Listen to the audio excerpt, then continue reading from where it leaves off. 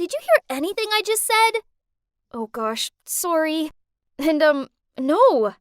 I swear, I wasn't ignoring my friend on purpose. I was just distracted by that guy over there. Luca.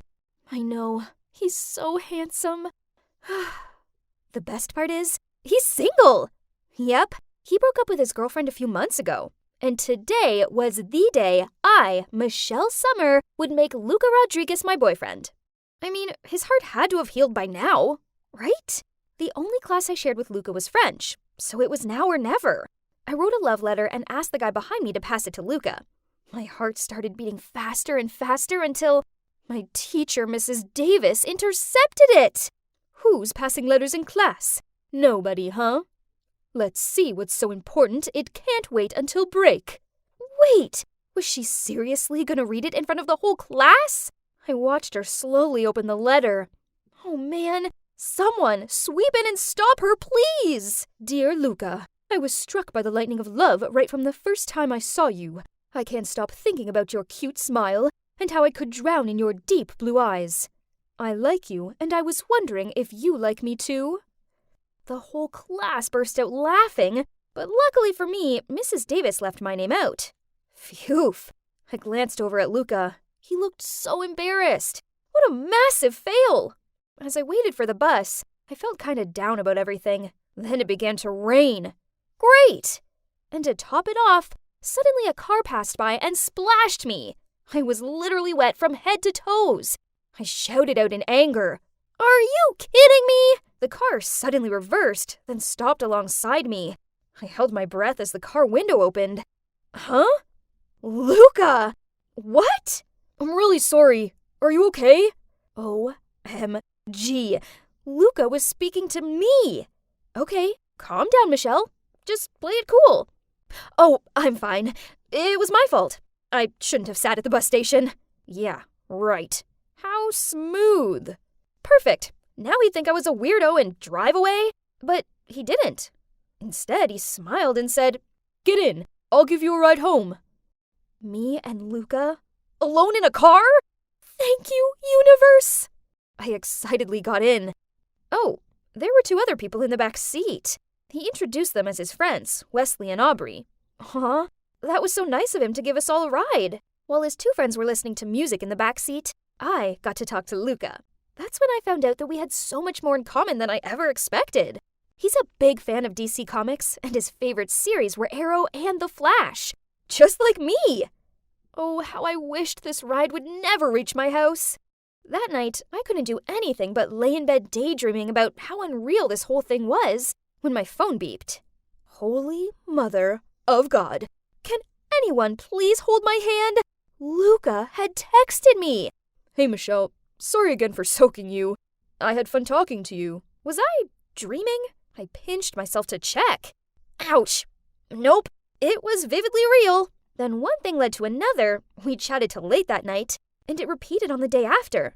And the day after, we basically talked every night. And then something wonderful happened. He asked me out on a date. Yes, you heard me right.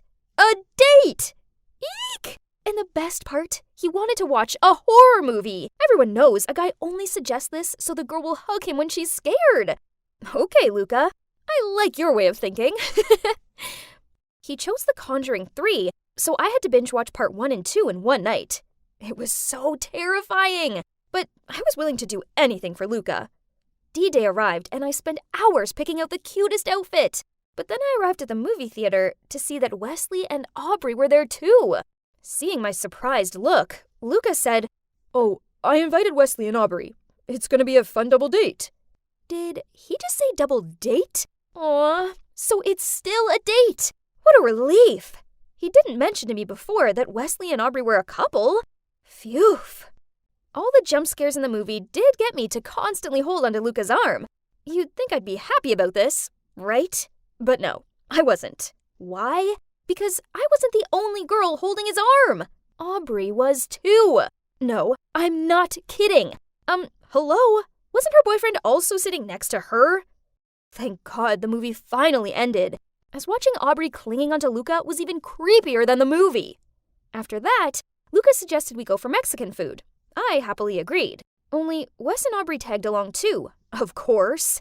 Then just before we ordered drinks, Wes received a call from his mom and had to leave. So the three of us were left having dinner together. It was an awkward atmosphere, as Aubrey kept bringing up all these inside jokes with Luca, while I sat there clueless and feeling like a third wheel. Well, that sucked, but at least I'll have some time alone with him on the ride home to make up for this, right? But then Aubrey latched onto his arm and in her sickly sweet voice asked, "Oh, it's so late out. Luca, you're driving me home, aren't you?" Luca turned to look at me awkwardly. Well, I didn't want to make a scene, so I said, "Don't worry, I can call my friend. She works right around the corner and her shift's about to end." Yep, that was a big fat lie. Anyway, he smiled and then they left, leaving me there all alone. I called an Uber and headed home. That night, I couldn't sleep. I couldn't stop thinking about how there was something fishy about their relationship. But then I got a text from Luca. "I had a great time today. I was wondering if you'd like to be my girlfriend? X." What? I had to rub my eyes and reread it. OMG. It really said girlfriend in the text. So that means Luca and Aubrey are just really close friends. That's all.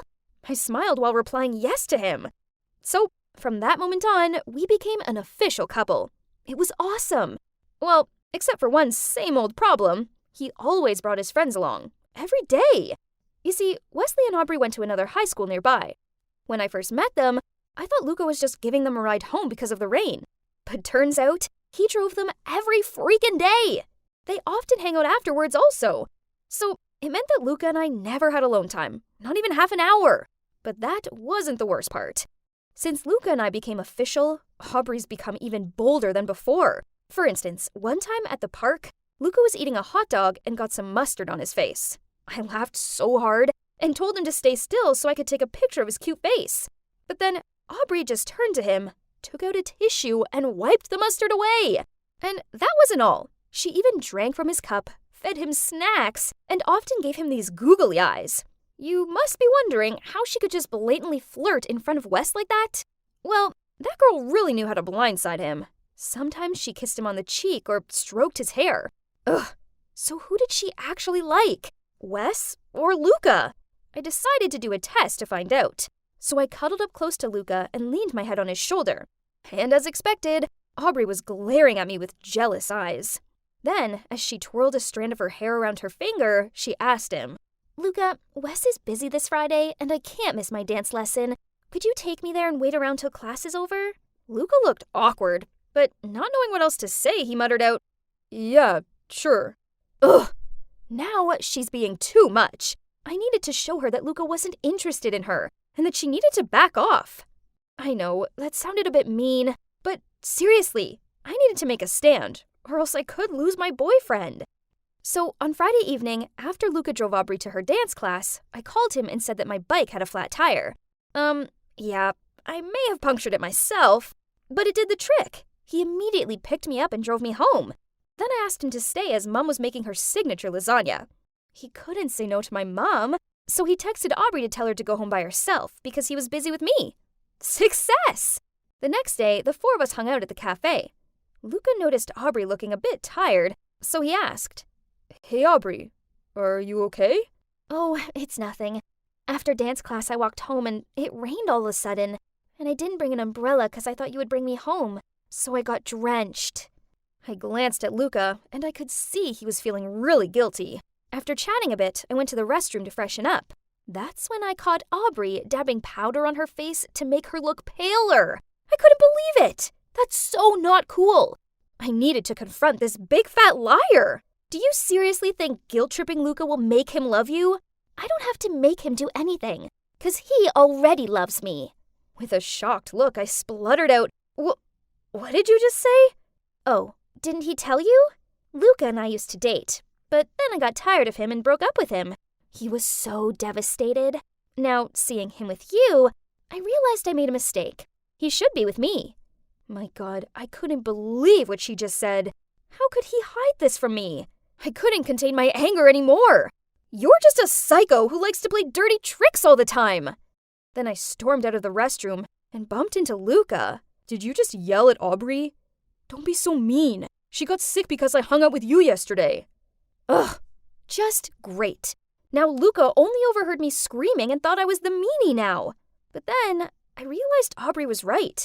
Luca was clearly still in love with her, because if he wasn't, he would have asked for my side of the story first before defending her so quickly. Luca, I think we should break up, as you clearly still have feelings for Aubrey. Then without letting him say anything, I brushed past him and left. The next day, I decided to wake up early and go for a run to try and clear my head. But as soon as I opened the door, I saw Luca standing there. I acted like he was invisible and was about to walk away, but he grabbed my arm and said, "Please, Michelle, at least hear me out." So we sat on the porch and Luca opened up to me. Turns out it was true that Luca and Aubrey used to date, but they argued all the time, so he ended things with her and they stayed friends. He didn't mention their past relationship to me because he thought it wasn't a big deal, as it's all over now. He said that after I broke up with him, he spoke to Aubrey to figure out what had happened between me and her. Then she confessed that she was still in love with him and was only dating Wesley so she could be around him. Luca rejected her, and she started crying, which caused her makeup to smudge. That's when he realized I was right about her faking being sick, and he made it clear that her sneaky behavior meant they couldn't be friends anymore. Michelle, I'm sorry. I should have seen what she was doing and put you first. I promise it won't happen again. Poor Luca. I couldn't stand seeing him looking so gloomy. To be fair, all he did was just trying to be a good friend to Aubrey. He deserved another chance, right? So, smiling, I gave him a big hug. From that moment on, things between us were great again. Wesley eventually found out that Aubrey was only using him to get close to Luca, so he broke up with her. Our love story was surely a bumpy ride, but it was all worth it, because I truly love Luca, and I also love how he cares about his friends and wants to spend time with them. So I only asked him for some alone time every Friday. Talking of Fridays, I can't wait for this one, as Wesley told me that Luca's prepared something special for me. Eek! I'm so excited! Sorry guys, but you won't know what it is, as my story has to end here. Maybe next time!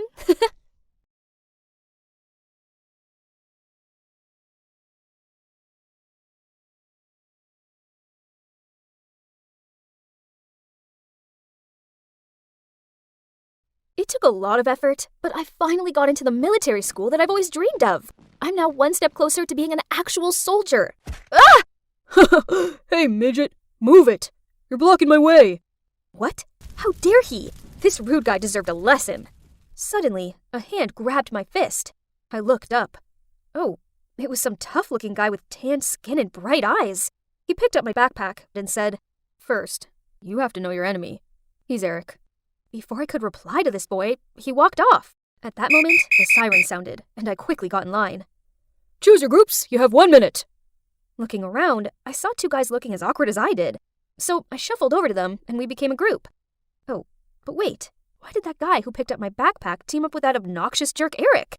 It turned out our groups would be our roommates, and we were placed in room P02, which was right opposite Eric's room. My roomies are Tom, who was forced here due to his family's military background, and Henry, a notorious playboy who was sent here by his father to stop his opulent ways and learn how to lead a disciplined life. What about me? Well, I'm a girl. My disguise is awesome, right? You see, I have a twin brother, Jack, so I took his identity, and voila, here I am. Ever since I was a little kid, I've loved martial arts and always dreamed of one day becoming a soldier. I thought life here would be great, but it certainly had its challenges. Every morning, whatever the weather, we have to wake up at 5 a.m. and run around the yard. The showers were ice cold, and worse still, because I'm a girl, I had to sneak into the freezing shower block in the dead of night when no one was around, and physical education here is surely rough. Although I train a lot, I'm still always ranked at the bottom. I also struggle to finish the massive meal portions here. Not only do we have to work out loads, but our chores are also endless. Cooking, gardening, ironing, helping out with constructions. I was a novice at these things, so I was super clumsy and messed them up. Luckily, I always had Tom and Henry on my side. Tom is a nerd, and although he doesn't like studying here, his grades are top of the class, and he gives me the answers to the questions I don't know. As for Henry, he gets top grades in PE class, and even though he teases me a lot, he's the one who protects me from Eric. Speaking of Eric, he's a jerk who teases weaker students in school. But he gets away with it for one simple reason. His dad's in charge. And as for that boy that warned me on my first day, yeah, turns out he's called Ellis. I can't quite work him out, even though he often hangs out with Eric and participates in his meaningless dumb pranks. One time, after Eric knocked a younger kid over, I saw Ellis go back and check he was okay. Friend or foe? Who knows? Today we have Taekwondo class. Perfect. I quickly challenged a smug-looking Eric. Too bad he doesn't know I have a black belt. Ha! And as I predicted, I kicked his butt in just 3 moves. K.O. I walked over to my 2 fellows with a big triumphant smile on my face when Henry suddenly rushed forward and pushed Eric down. Turns out, he was sneaking up on me from behind. Nice try, coward. But sorry, dude. We 3 always have each other's back. We were laughing about Eric's defeat when the lunch bell went. But, oh no. The room was locked from the outside. Eric has to be behind this. No worries. The food here sucks anyway, Tom said while pulling a bunch of food out from under his bed. Again, Tom? You've already been punished twice this week for sneaking food in here. Suddenly there were noises outside. I went closer to the door to listen when it burst open, and in stepped an officer. I stepped into the corridor to see everybody was gathered around whispering, while Eric was on the ground, looking pale like he'd just seen a ghost. Oh my god. The door of room P01, Eric's room, had weird scratches all over it. It looks like those scratches spell out a word. Jacob. So there's a monster named Jacob. Well, that's comforting. P02! You all missed lunch, so I want 5 laps around the yard. And also 5 points are deducted for bringing in outside food. Ugh. Points deducted again? At this rate, we'd never gain access to the entertainment room. Oh, here we keep scores between rooms, just like in Harry Potter with the house's points. It's quite a competition. At the end of the week, the room with the highest score gets access to the entertainment room. You know, watching TV or using social media are considered a huge reward in this strict school, but it's hard to earn points. Meanwhile, you can get them deducted for any reason. For me taking a shower at the wrong time, to Henry skipping theory lessons, and now Tom and his snacks. Ugh. What does Jacob mean? Anyway, seeing Eric freak out like that was hilarious. Jacob is a name. Don't you see that, Jack? He's Eric's ex-roommate. I heard that he's missing. Hey, Tom, is there anything you don't know? I see. But why did that missing Jacob scare Eric so much? We're never going to get into the entertainment room. It's all work, work, work in this place. Who cares about that stupid room? This weekend, there's a prom at the local girls' school. I have a step-by-step plan for us. We'll sneak into the school milk delivery truck to get there. Then I can finally talk to some lovely girls instead of those aunties in the kitchen. That sounds good. Hey, maybe you'll even find your first love there. Right, Jack? Huh, they had no idea. Anyway, the thought of getting out of school for a bit was appealing. That weekend, Henry stole some of the gardener's casual clothes, and then we hid in the milk delivery truck to attend the prom. As soon as we got there, Henry had already got himself all smitten with a cute blonde, while Tom spent all his time debating World War II with a girl majoring in world history. As for me, I really enjoyed all those tasty cupcakes. But why wouldn't the girls quit pestering me? I guess it proves that I look quite manly, right? We gotta go. The bus to our school is about to come. Change to your uniform. You have 1 minute. I quickly got changed, then ran after them so fast, I bumped into someone, and we both fell to the ground.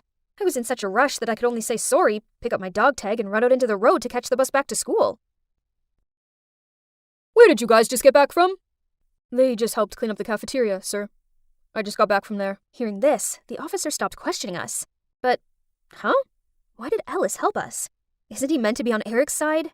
While indulging in thoughts about it, I took out the dog tag from my pocket and was about to put it around my neck. But wait, it's not mine. Look, guys, this dog tag has the name Jacob on it. I quickly showed them the dog tag and explained the incident to them. I must have picked up that guy's tag by mistake. Could it belong to the missing Jacob? Or was it merely coincidence? I mean, Jacob's a popular name, right? The next day, as we were helping to distribute food in the kitchen, there were noises coming from the dining area. As soon as I went out, I saw Eric sitting on the floor, shivering in fear. Next to him was his bowl of soup splattered everywhere. At first, I thought he was playing some tricks to get us to clean up. But no, looking at the way he ran out of the cafeteria in panic, something must have happened. I bent down to pick up the bowl. Oh my god. And it was a dog tag with Jacob's name on it. But the dog tag I took by mistake yesterday is still in my pocket. What's going on? Eric was so preoccupied with the Jacob stuff, he didn't have time to taunt us, so our room got the highest score for the first time, which means we would finally get to experience the entertainment room. But as soon as we reached the lobby of the utility area, something didn't feel right. A bunch of kids were buzzing in front of the entertainment room where the hazy smoke was coming from. Thinking there was a fire, we rushed to put it out. But no, it was only a smoke bomb. Inside the entertainment room, Eric and his friends were fainting. People splashed water on his face, but as soon as he woke up and saw the words Jacob burned black on the wall, he blacked out again. Huh? Who did this? Was it Jacob? Was he not missing after all? Today we have PE, but I'm on my period, so I made up an excuse to go to the school's infirmary instead. On the way, I happened to see Eric with his group of friends. I think Jacob's spirit is back to take revenge on me. You know, that time? I locked him in the old warehouse and he just disappeared without a trace since then. Is it possible that he was... Stop talking nonsense. Maybe someone who knows what happened in the past wants to mess with you. I even took his clothes away. Oh God, he would surely want to haunt me. Oh my gosh, it all made sense now. Suddenly a large hand muffled me, then dragged me away. You better shut your mouth and keep this a secret. It was Ellis, Eric's sidekick. What a faithful servant. What if I don't? Especially since I met Jacob. What did you just say? You don't believe it? Here, I bumped into someone, and he dropped this dog tag. As for the one in Eric's soup bowl, I think it's just a fake. Ellis trembled as he took the tag from my hand and quickly left. Was he going to snitch on Eric or something? That night, while I was having dinner, Eric was back to jerk mode again, and he dumped his leftovers on my tray. The two sides clashed, and we all ended up with an hour's detention. The punishment sucked. They locked each of us in a tiny room containing one chair and left us to think about our wrongdoings for a whole hour. The next morning, the officer knocking on the door woke us up. Eric was missing, and we were the #1 suspects. This was ridiculous. What did his disappearance have to do with us? I told Henry and Tom about the other day when I overheard Eric and his friends. So Eric teased Jacob, so now he'd returned for vengeance? Feeling suspicious, we snuck into the school's abandoned warehouse. Yup, there was Eric all tied up and with a rag in his mouth. It's Jacob! His spirit has returned! He wants to harm me! Help me! Huh! Look at that arrogant Eric being all scaredy cat. Call me Captain. No. Call me Farther. Then I'll let you go. Tom and Henry burst out laughing, but Eric just stammered and then everything started to go blurry. Then I must have blacked out. When the three of us groggily came round, we saw that the only thing left there of Eric's was his uniform. As soon as we got back to school, we heard from the others about how Eric had appeared in just his tighty-whitey. Everyone gloated to see the overbearing Eric lose his face. From now on, he wouldn't dare tease anyone again. But this was the exact same way Eric used to pick on Jacob. So, Jacob did this? Was he back? Actually, I already knew who was behind all this. You dropped this at the warehouse, right? Ellis looked at me surprised and asked how I knew. We actually snuck into the main office to find information about Jacob before we got to the warehouse. And as soon as I saw his picture, I knew right away there was some sort of close connection between Ellis and Jacob. Call it twin senses. It turns out that Jacob was Ellis's brother. During his time at this school, Eric made his life a misery. But everything was kept a secret because Eric's the principal's son. So, Ellis enrolled at this school to get answers. Ellis took the dog tag back and handed over a picture of me with my twin brother. And this must be yours. I picked it up on the first day of school when you dropped your backpack. You remember? Oh my God. Was this for real? I snatched the photo and quickly put it away when I saw an officer approaching. We should get to know each other better, right? Since we both know each other's secrets. Whatever. Anyway, I don't hate Ellis. And Eric deserved it, so it didn't matter who did that. I turned my head to look at Ellis. He smiled as if he was challenging me. Uh-oh.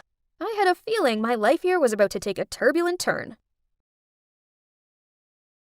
Hey guys, Private Davis here. Yep, Taylor Davis, the girl who secretly disguised herself as her twin brother to attend an all-boy military school. In the last part, I had to deal with my fair share of challenges, but having Tom and Henry, my two best pals by my side, made things way easier. But still, there were problems my two comrades couldn't help me with, such as this situation right now involving Ellis, finding out about my real identity.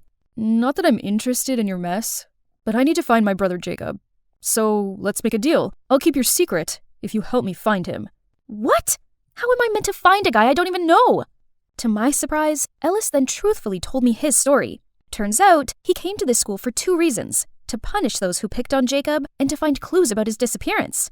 Meanwhile, I coincidentally met this Jacob guy outside of school and found his dog tag, so I was the only lead he had for now. But could I really trust this guy? I mean, just look at what he did to Eric. If you don't want to do it, then I can go to the principal's office. Okay, so what? I found the dog tag while we snuck out to a local girls' school. That's all I know. If you spill my secret, I won't let you find your brother in peace either. So you better know a way to take me to that school. I'll pick the time to make a move, and you just try your best not to get caught. The next morning, I was walking to class as usual when I passed a bunch of guys huddled together, whispering something about me? Huh? Wait, did Ellis reveal my identity to everyone? Such a fraud! I ran to find him, but accidentally crashed into this boy called Finley. I helped him up as the whispers around us got even louder. Guess you're one of the alleged suspects too. Finley then told me that yesterday, someone discovered a box that looked just like a pack of candy in the bathroom, but inside were a bunch of tampons. So now the students thought there was either a pervert on campus or that one of us was secretly a girl. And according to them, anyone who never joined the public shower was suspicious. Oh no, what if they found out the tampons were mine? Guys, hot girl alert! Everyone immediately forgot about me and flocked to him. The buzz on campus was that an inspection officer was staying here for a few months, and he'd brought his beautiful daughter Ivy along with him. People said she looks like a fairy with this ethereal vibe. Just then the inspector, Ivy, and his group stepped into the hallway. I watched them all drool over her. Poof, please. Anyone would think they'd never seen a girl before. She walked past these silly boys with a smug smile, but as soon as she caught sight of me standing there unfazed, she froze to the spot and stared straight at me. What? Was I supposed to show off my smitten face too? Dad, I need someone to show me around school. Can I take him? What? Why me? I couldn't even say anything as the principal had already agreed. Come on, let's go. Oh, you're so muscular. Ew, gross. Later on, she shooed Henry and Tom out of the entertainment room just because she wanted to spend time alone with me.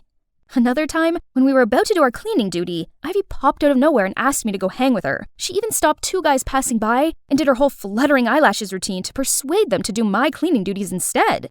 Ivy, I appreciate your help, but we all have our chores to do. This isn't fair on the others. Don't you get it, Jack? I did all this because I want to be close to you. I like you. I think you'll be better suited to someone else. Then I ran out of there, leaving everyone behind stunned at my harsh rejection. For the next couple of days, Ivy was furious and looked at me like she wanted to tear me to pieces, and the whispers started circulating again. They said that refusing a girl as beautiful as Ivy meant that I must have not had any interest in girls. Or even worse, I probably was a girl myself, and I was the one who dropped the tampons in the bathroom. Gosh, this was bad. That night, as usual, I just stepped out of the communal bathroom after a late-night shower when someone suddenly dragged me into the equipment room. It was Ellis. What's going on? Just then, footsteps resounded from the hall. I held my breath as I anxiously waited for them to pass by. Phew, that was close. Turns out, that afternoon, Ellis heard the officers discussing security tightening, especially in the student communal bathroom area at night. So he waited for me outside and hid me just in time. He saved me. We tried to sneak through the new building close to our dorm, but unfortunately bumped into Ivy. What are you doing here? Trying to sneak out, huh? Officer! It's not what you think. Jack came here to confess his feelings to you, right? Jack? Oh, yes. I think I'm fond of you.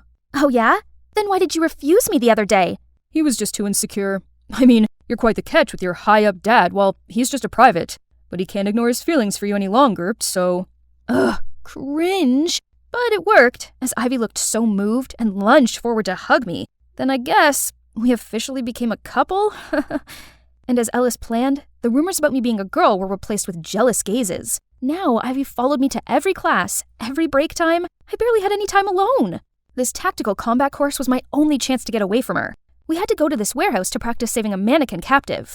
I was focusing on the mission, but still got caught by an enemy.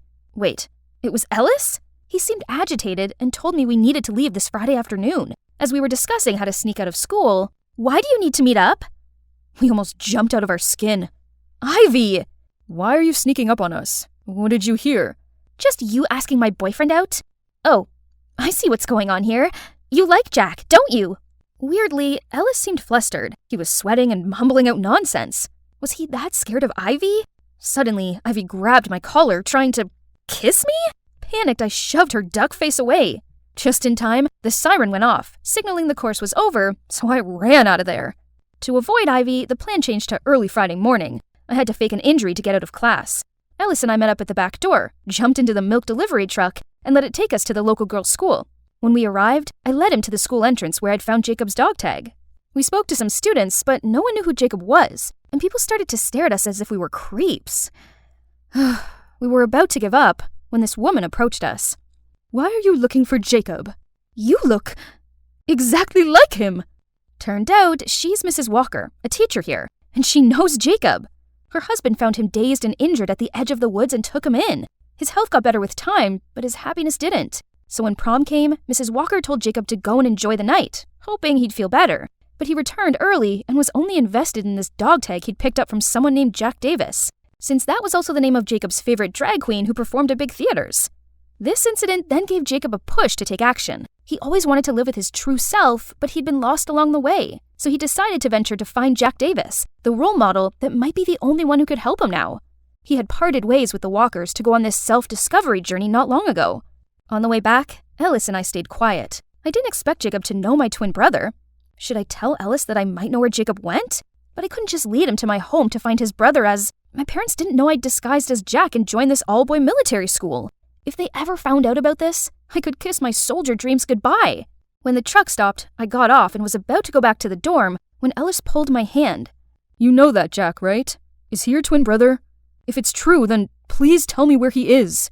I'm sorry, but I can't. I've got homework to do. Then I left as he called after me. The next day, I tried to avoid Ellis, but he was ahead of me.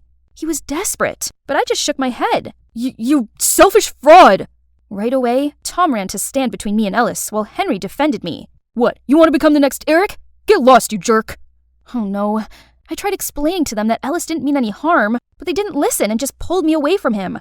I felt so bad. For that whole day, I kept thinking about what had happened. Ellis was right. I was selfish. He might never see his brother again because of me. I had to go help him. But when I got to his room, his roommate said he'd already taken his annual leave to go find his brother. Oh no. He must have figured out my home address somehow. I gotta go home, but how to get out of school? It wasn't milk delivery day. As I was thinking, Tom and Henry approached me, asking why I was acting so weird. This was it. I guess I shouldn't lie to them any longer. Guys, I have something to tell you. I'm actually a girl. Then I told them why I came here in the first place, how things got entangled with Ellis, and now he went looking for my house as his brother might be there. I waited for them to be mad, but instead, they smiled gently at me. That's a pretty big secret to carry. Girl or boy, this changes nothing. You're still our friend. They were not angry with me. I felt so relieved knowing that I didn't have to hide anything from them anymore. Now I just needed to figure out a way to go home. We can handle this. Go wait near the back gate. And I did. Just in time, the fire alarm went off, and all officers guarding the gate ran to that direction. A few seconds later, the back gate suddenly opened and the CCTV went off, and I just slid through easily. Luckily, I arrived home before Ellis did. My heart was pounding when I knocked on the door. Then Mom and Dad opened it. Needless to say, seeing their daughter dressed as a boy soldier was a huge shock. I quickly explained to them how I'd secretly taken Jack's place, and their faces kept turning darker and darker. How could you lie to us, then illegally enter an all-boys military school? What were you thinking? Right then, Jack, my twin, rushed down the stairs. He immediately got what was going on and backed me up. Mom, Dad, this has been Taylor's dream ever since she was little. This is dangerous. If you get caught, you could be sent to a juvenile center. Pack your bags and quit the school right now. In that heated moment, Ellis barged in. Jacob? Jacob! Are you here? Where did you hide him? I tried to calm him, but it was no use. The whole scene was chaotic. Then suddenly, he stopped dead, staring at the stairs. Huh? Someone else was here. Someone with silky, long hair, a beautifully made-up face, in a super pretty dress. It was Jacob. He apologized to my parents for his brother's behavior. Then we all sat down as he told us how he realized from a young age that he was interested in feminine things. So he used to sneak into his mom's closet and use her clothes and makeup. One time, his parents caught him and they were so worried about his deviant behavior, they forced him to attend military school, hoping to straighten him up.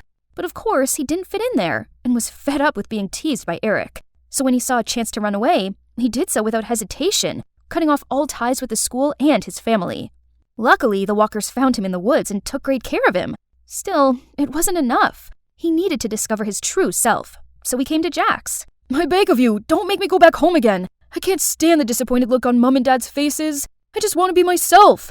I know it must be hard, but you gotta go home and face your parents. Once they know how you truly feel, they'll understand. Mom, Dad, I'm sorry for being so reckless, but being a soldier is my dream. Please give me a chance. I can't let you do it. But you can have till the end of the semester to pack your stuff and say your goodbyes. That's it. Just then, I heard footsteps outside. It was Ivy. What was she doing here? You tricked me. I already knew there was something weird going on with you and Ellis. But you're a girl? Lucky me, I had your whole secret recorded here. Let's see how my dad punishes you, fraud. This is bad. Ellis and I jumped into his car and drove back to the school immediately. But we arrived back to an unexpected situation. The principal, aka Eric's dad, was already packing his things. and a strange lady with a stern look was sitting at his desk. Wait, did this mean we had a new principal? Yep, turns out the inspection officer came to school to investigate our principal on allegations that he'd been condoning his son's mistreatment of other students. And it was none other than Ellis here who had been gathering up evidence to help him. Then what about me? Well, in return for Ellis's assistance, the officer decided to let me stay and study here. In fact, the new principal even had some other plans. Finally, it's the end of the semester. Whew! And you know what? Our school now officially welcomes female students, which means I'm legitimately the first girl in school. I'm so grateful for our new principal. Meanwhile, me, Henry, and Tom are still the best of comrades. Obviously, nothing could ever stand between us. And of course, my parents are okay with me staying since I don't have to hide my real identity anymore. About Jacob, he actually listened to Jack's advice and went home to talk to his parents. They were shocked to see him like that. But as he poured his heart out to them, they decided to slowly accept the real him. As for his brother, Ellis, we went through a lot together, and now we're best friends. There might be some sparks between us, though, but I don't know. Let's just wait. Hey guys, Stephanie here. I have a question for you. Promise to be honest, okay?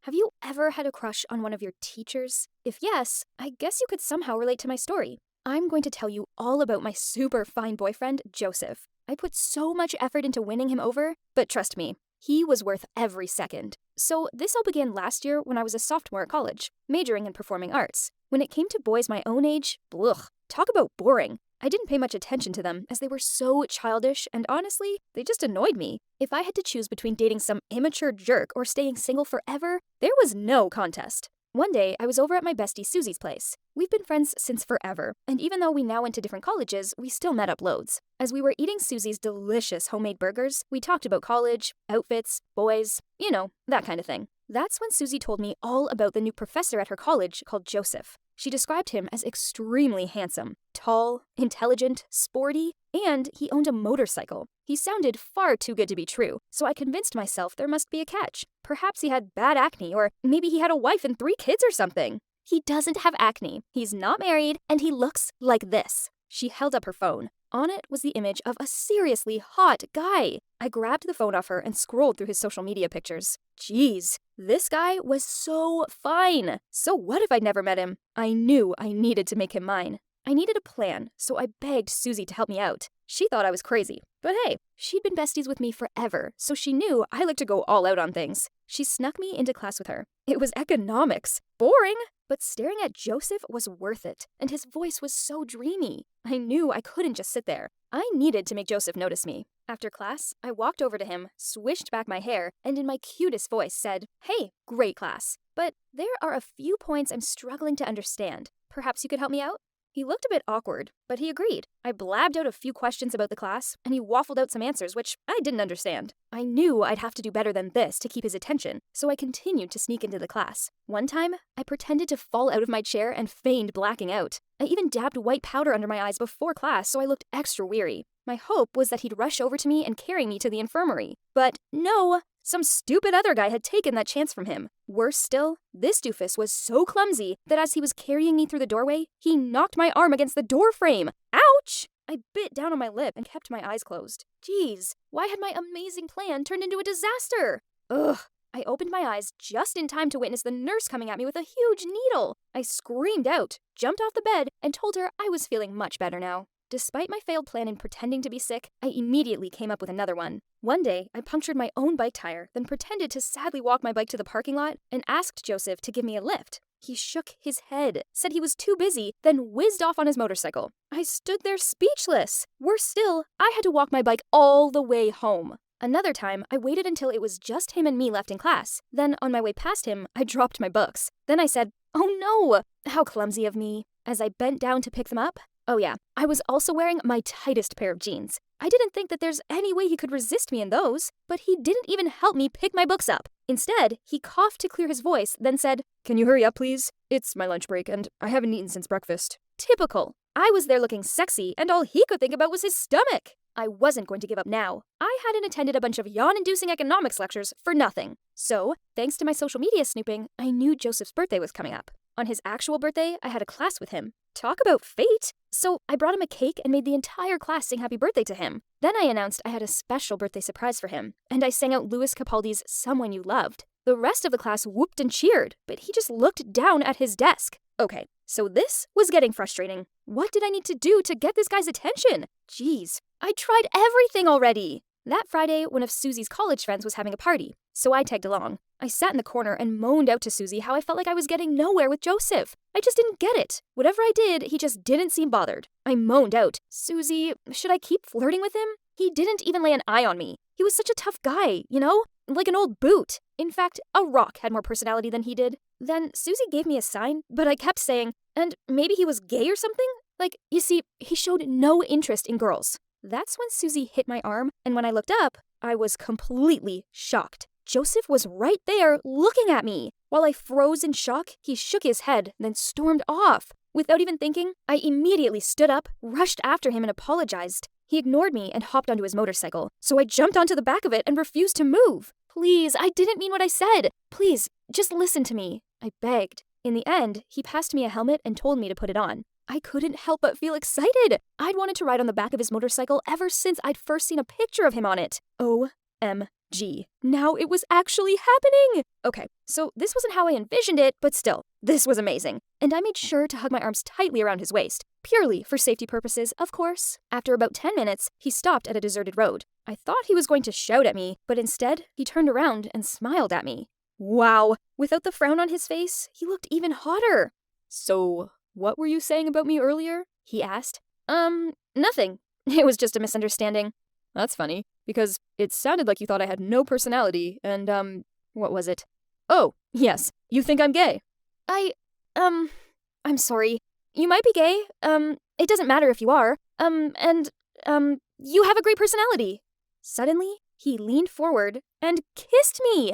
OMG, talk about amazing! I was shocked, but so happy, even though I didn't know what was going on. As soon as he pulled away, I pulled him back so we could continue kissing. Then he said, I'm not gay, and I like to think I have a dazzling personality. I just like playing with you, but it seems like there must be a long time for you to be more mature. But it's okay.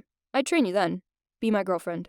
Turns out, he'd noticed me too, but he wanted to see what happened first. Also, he thought I needed to grow up a bit, as my stunts, although amusing, were a bit on the childish side.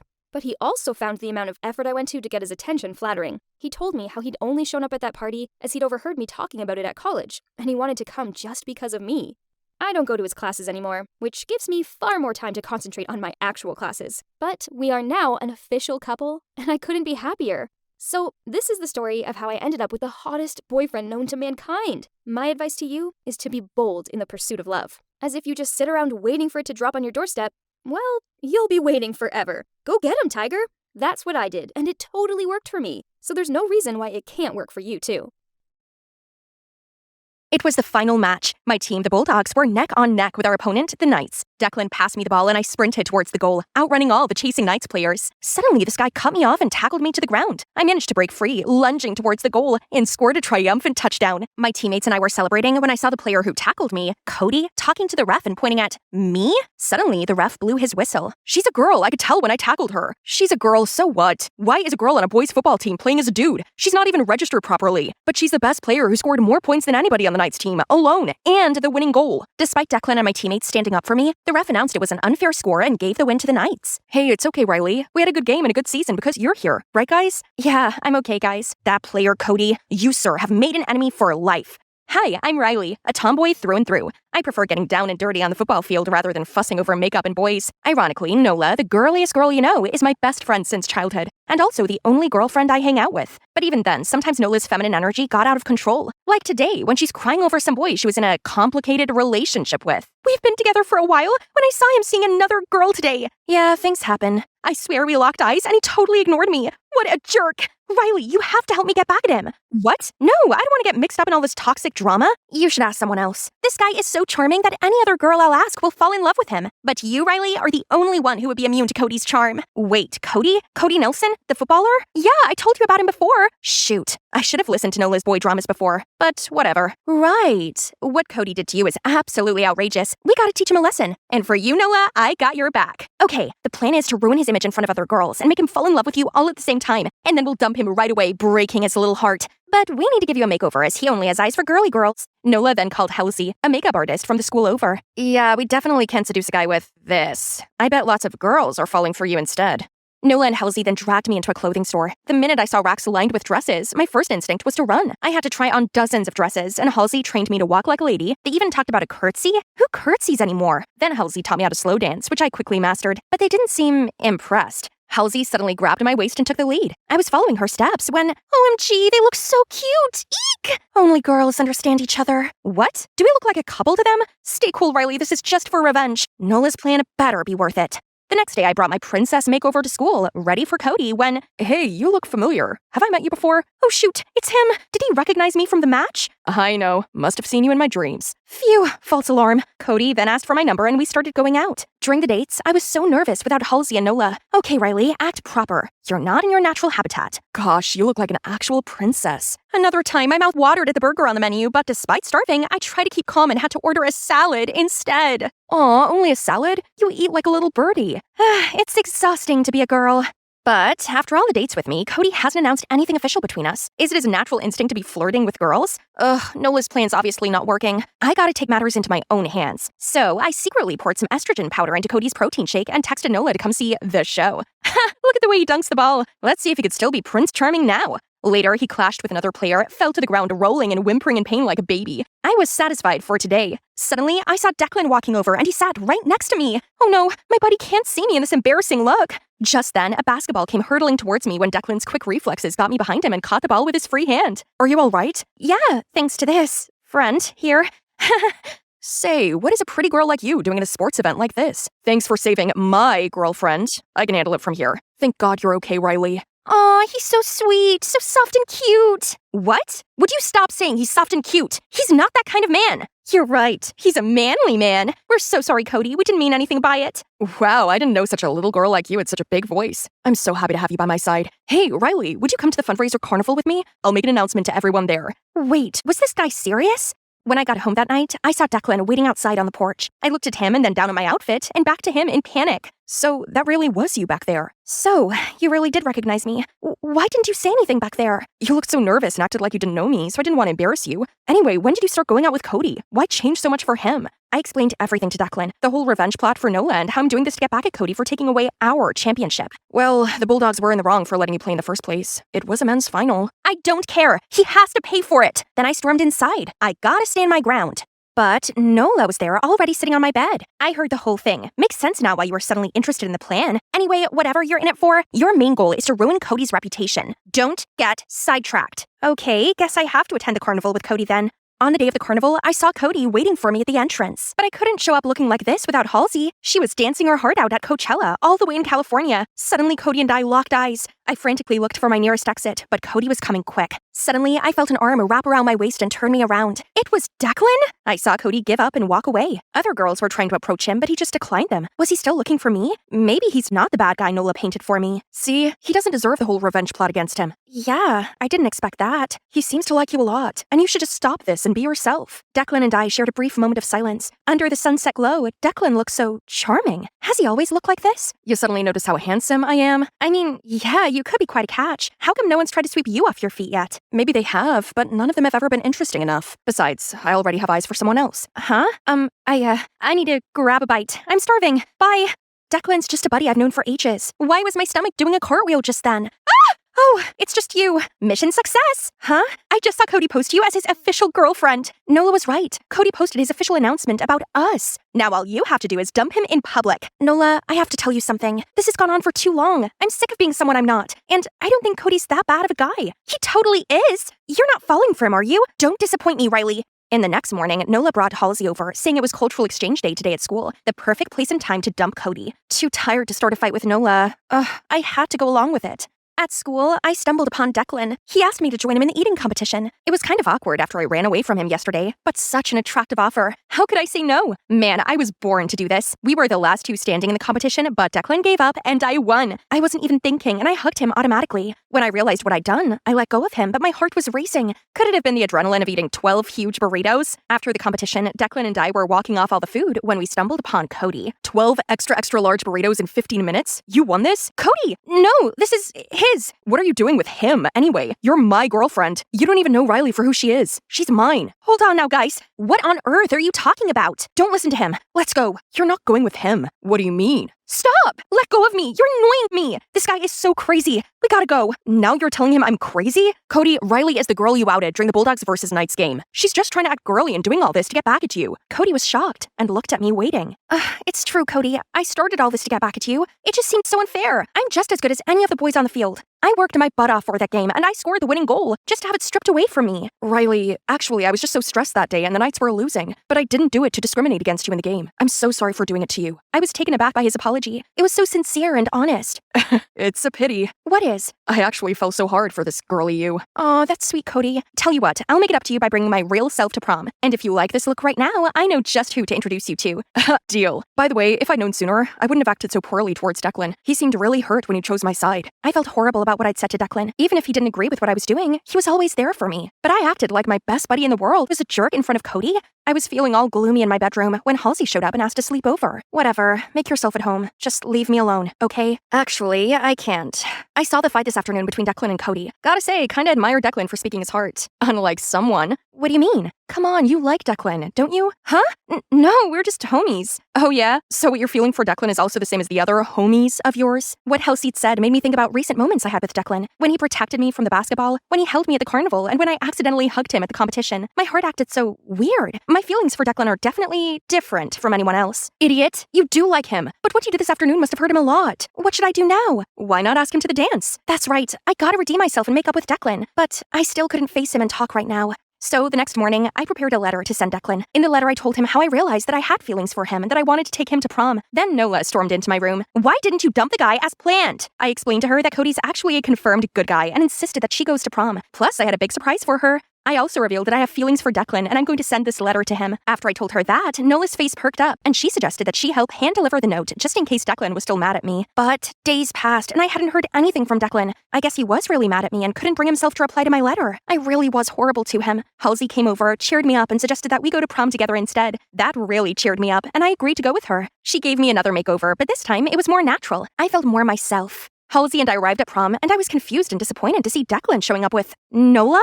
Neither of them told me they were going together. Right then, Cody appeared. Hey, Riley, you look great. The natural look really suits you. Thanks. Now, I have someone you should meet. Are you happy now, Riley, being with your so-called enemy? Turns out I didn't know you at all. After I poured my heart out in that letter, he's still so mad at me that he'd attack me like this? I couldn't stand for it, so I fought back, and we broke out in an argument. Enough! What is wrong with you, Declan? You didn't reply to her letter and still have the audacity to be mad at her?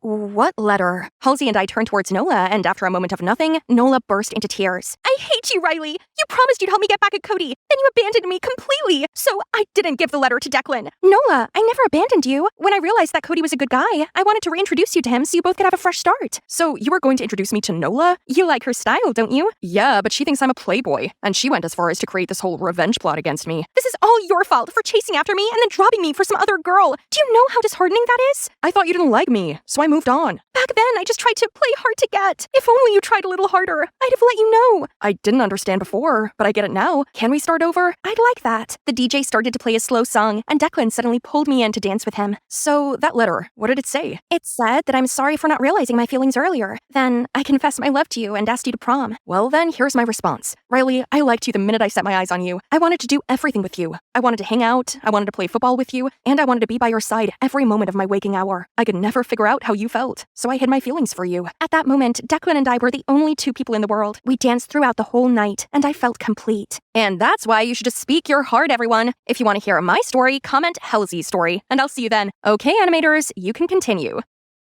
Just another day, looking for the perfect shade to complete my next graffiti masterpiece. I was about to grab a can of Midnight Blue when I spotted them. Two sketchy dudes, pocketing cans of paint like it was casual Friday at the shoplifting Olympics. Their friend, though, a posh-looking guy, completely clueless. He was standing there like he had no idea his so-called buddies were treating the store like an all-you-can-steal buffet. Not my problem, but... The sketchy duo strolled to the register, acting like they were just innocent customers. The second they stepped through the security scanner, beep, beep, beep. What? What's happening? I didn't take anything.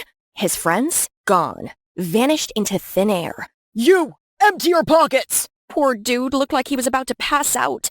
I could practically see the, am I about to be arrested? Thoughts racing through his fancy little head. Again, not my problem. Except, I let out an overly dramatic sigh, turned on my heel, and skated out of the store. I found them in the alleyway, laughing their asses off with their bag full of stolen paints. Time for some justice. Finn style.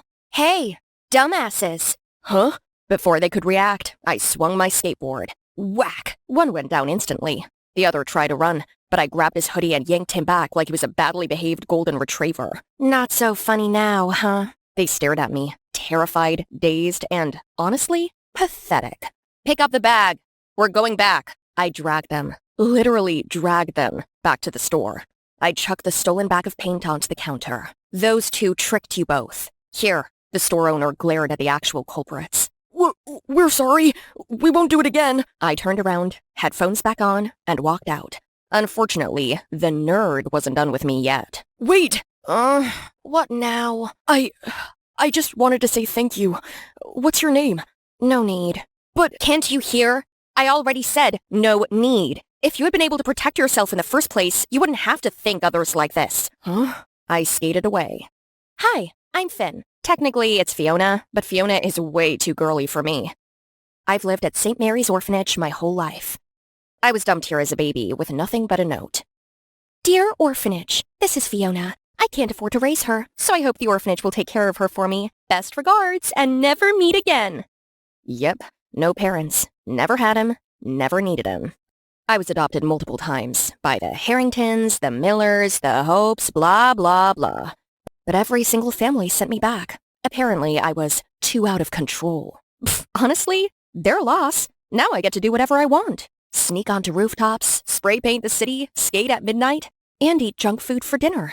Oh, and skipping school. Like right now. Except... Finn? I was startled and almost fell off my chair as Sister Wendy stormed into the room. What now? Did you skip school to paint graffiti again? Graffiti is an artistic expression of... Your teacher called. This is the 5th time this month. Sister, I can't stand school. They always make me study useless subjects, like math. Math is not useless. Oh yeah? What am I gonna do if a burglar breaks into my house at 3 a.m.? Blow his mind with logarithms? Ooh, oh no, a criminal! Behold, the power of algebra! Oh, you're impossible. Listen, Finn, you're going to be out of here soon. You need to learn how to be on your own. And school helps with that? Yes, you can do a lot with a degree. Now get going. Ugh. But I knew better than to argue with Sister Wendy. She was the only one who actually cared. After school, I stopped by my favorite graffiti wall to finish my latest masterpiece, snapped a pic for my Instagram, and then Sister Wendy called. What now? I skated back to the orphanage, dreading whatever lecture awaited me. Except she wasn't mad. Instead, she just looked at me, weirdly. There's a couple inside. They want to adopt you. Again? Finn, listen to me. They're different. They're good people. This is a once-in-a-lifetime chance. Sure it is. Then do it for me. I need to see you taken care of. Fine. Let's just get this over with. I stomped into the meeting room, ready to scare off my latest victims, only to freeze in my tracks. Wait, I knew these people. They were the Laurens, a famous artist couple. So, let me get this straight. These people, the Laurens, aka world-renowned artists, aka ridiculously rich, aka very much out of place in this musty orphanage, wanted to adopt me? Yeah, suspicious. All right, what's the scam? Scam? Nobody just wants to adopt a teenager, especially a troublemaker like me. So, what is it? Tax benefits? Free housemaid? Publicity stunt? Finn, we... Just saying! Rich people don't do things for free. We're not here for anything but you, Finn. We've been following your work for a long time. My work? Your graffiti. Excuse me? We love it. We actually follow your Instagram. Which one? At Urban Rebel Finn. Nope. Nope. My underground graffiti page? The one where I post all my murals? The one where I may or may not have publicly insulted several politicians, school authorities, and the entire New York City sanitation department? So you, what, saw my work and thought, wow, we should adopt that criminal? Not exactly. We appreciate what you do. Your art, your messages, they're raw and fearless. We admire that. Uh-huh. And instead of, I don't know, hiring me, you want to adopt me? We want you to have a home. You've been through a lot, haven't you? I felt my stomach drop. For a split second, it was like they could see right through me. All the times I'd been sent back, all the people who had used me, all the times I had tried to believe someone would actually keep me, only to be let down again. I hated it. Forget it. I'm not getting adopted. Not again. Then I stormed off, leaving them calling after me. I needed to clear my head. They don't get it. Nobody does. A famous artist couple following my work for a year? That was weird. Wait, it's them. What are they doing here? Are you stalking me now? Oh, Finn! Fancy seeing you here. This is my spot. We brought you something. If it's a please love us gift, I don't want it. Just take a look. For a second, I consider telling them to shove off. But curiosity wins. I snatch the bag and rip it open. Inside is a full set of high-end graffiti supplies. Spray paints, markers, stencils. The expensive kind. The kind I've been eyeing for months, but could never afford. Where did you get these? We own an art studio. Figured you'd like it. You think this will make me accept you? No, we just thought you'd like it. The way he says it, so casual, so certain, like it's not some grand gesture or a bribe, unsettles me. No strings attached, no expectations, just giving me something because they wanted to. And I hate how warm that makes me feel. Ugh, you people are annoying. I kick off on my board and skate away before they can say anything else, but I keep the bag. I've always liked the rooftop. It's quiet, high above the world, with just the hum of the city in the distance. Up here, nothing feels as heavy. The Lawrence are still waiting. They're wasting their time. They're different, Finn. I know you're scared. I'm not scared. I know you've been hurt before, and I know you don't trust easily. But the Lawrence, they're kind people. They could just be faking it, like the others. I've done background research. They don't have any hidden agenda. So maybe give them a chance. Not just for them, for you. And if they ever let you down, you always have a home here. I don't say anything, but for the first time, I think about it. Well, here we go. Fine, I'll let you adopt me. Really? But 2 conditions. Name them. 1, I can return to the orphanage whenever I want. Of course. 2, you'll provide as much art stuff as I want. Done. You agreed too fast. Suspicious. We were already planning to send you to art school. Art school? You'll go with our daughter, Eve. Who is Eve? Your new sister. Yeah, this just got weirder. Car rolls to a stop, and I step out, skateboard in hand, staring up at what is definitely not a house. It's a museum with bedrooms. The driveway is cluttered with weird metal sculptures, like someone let a bunch of robots die here for the sake of art. I knew rich people live differently, but this was excessive. Welcome to your new home. More like a museum I'm not allowed to touch. You can touch everything, dear. Even that weird statue that looks like a melted giraffe? That's actually an original piece from... Yeah, I don't care. Let's get you inside. There's someone we want you to meet. Oh, great. More surprises? Love that for me. I follow them inside, stepping into what looks like an art studio the size of my entire orphanage. And sitting right in the middle of it is a girl who looks like she walked straight out of an elite boarding school brochure. Her outfit? Perfect. Her hair? Neatly tucked. Like it stays that way on its own. She's working on some delicate, detailed garden scene. Finn, this is Eve, your new sister. Excuse me? Hi, Finn. It's so nice to finally meet you. Is it? I've been really excited. I've always wanted a sibling. Is something wrong? You don't look threatened. Why would I be? Because either A, they're replacing you with me, or B, you're being forced to be nice to me. What? No. Finn, dear, we're not replacing anyone. Then explain why a perfect rich family would go out of their way to adopt a problem child like me. Because we love your art, Finn. And because we wanted the house to feel fuller. That's not reassuring. Why don't you show Finn to her room? Of course. Come on, Finn. Suspicious. Eve swings the door open, and I step into what is definitely not a normal bedroom. The walls are covered in bold, chaotic splashes of color, like someone let loose with a spray can and no self-control. Shelves packed with top-tier graffiti supplies line the room, the kind I've only ever dreamed of having. I helped design it. I hope you like it. This is too nice. What? This is a trap. This is a make her feel comfortable, then spring some insane rich people rules on her situation. No, you can do whatever you want here. Even paint on the walls? Especially on the walls. Okay, slightly less suspicious. Good. Tomorrow's your first day at school. I'll help you settle in. School? Again? You can't just skate around Brooklyn forever. Watch me. Maybe this wouldn't be so bad, but I'm still watching them. They might be nice now, but nobody stays nice forever. I've been to a lot of schools. Some boring, some strict, some that probably should have been condemned by the city. But this was the next level. Welcome to Rosewood Academy. Thanks, I hate it. You'll be fine. Let's find your homeroom. I follow Eve inside, but the second I step through the doors, something feels off. Why does this feel like the opening scene of a horror movie? That's her. The delinquent the Lawrence adopted. Oh, they're afraid of me. Nice. Finn, please don't encourage this. No promises. I was just getting used to my new villain arc when... Wait, you? Oh no. Standing right in front of me is the same posh nerd I saved at the paint store. Why are you here? I go to this school. Why are you here? Plot twist, I got adopted. By the Lawrence? Unfortunately. Oh, you two know each other? Unfortunately. Wow, small world. Whatever. Just stay out of my way, posh boy. It's Dylan. Yeah, Finn, Dylan's great. He's super smart. Right, Dylan?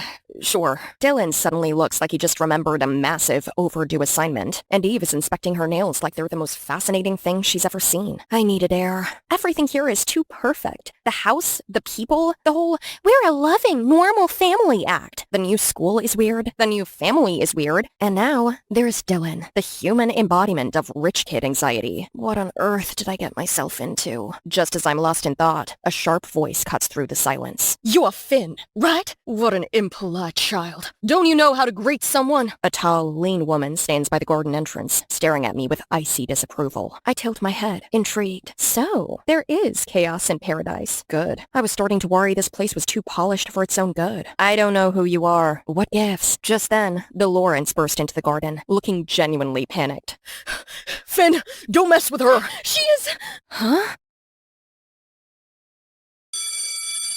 In high school, there are always those mean girls, right? Well, turns out I was actually the mean girl, and it took something really awful for me to realize it. You see, I'm a pretty average kind of girl. Average looking, average grades, and I guess you could say I'm a little chubby. Yeah, I'm that invisible. But thank God, I had some good friends, so it's okay. I'm content with my mediocre life. But one day, I received a note in my locker. There's even a heart on it. My heart started beating so fast. Could it be?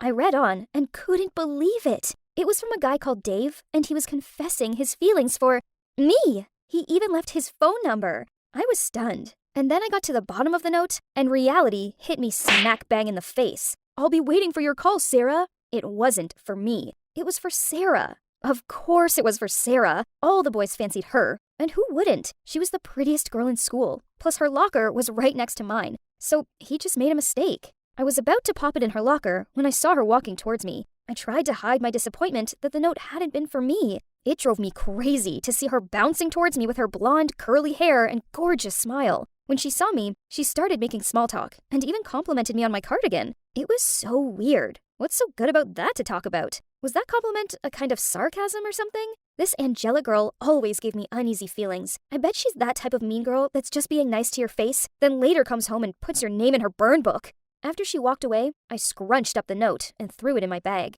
Later that night, I did something insane. I texted Dave, pretending to be Sarah. I don't know why I did it, but after a few texts back and forth, it actually became quite fun. I looked him up on social media, and I couldn't believe how handsome he was. He was a year older, and so his classes were in another building. No wonder I hadn't noticed him before. Even our cafeterias were in different buildings, so he'd probably never seen me either. Not that he would notice me anyway, though. I felt so wild messaging him. I'd never done anything like this before, and it actually felt quite fun to pretend to be Sarah. I could just talk to him so freely and didn't have to overthink if I was sounding like a loser. Because in those moments, I was Sarah, the most popular girl in school. And it felt amazing. It didn't matter what I said, because I knew that David thought I was Sarah, and so everything I said to him was funny or cute. I even told my best friend Clara what I was doing, and she was amazed that I had the courage to do such a thing. I showed her our texts, and she was like, "Wow, girl, you are crazy." I continued to text him though, and eventually I found I couldn't stop. I didn't know how long I could keep it up before I got caught, but I figured I'd get bored before then anyway. But then one day, he asked me to meet him after school, and I froze.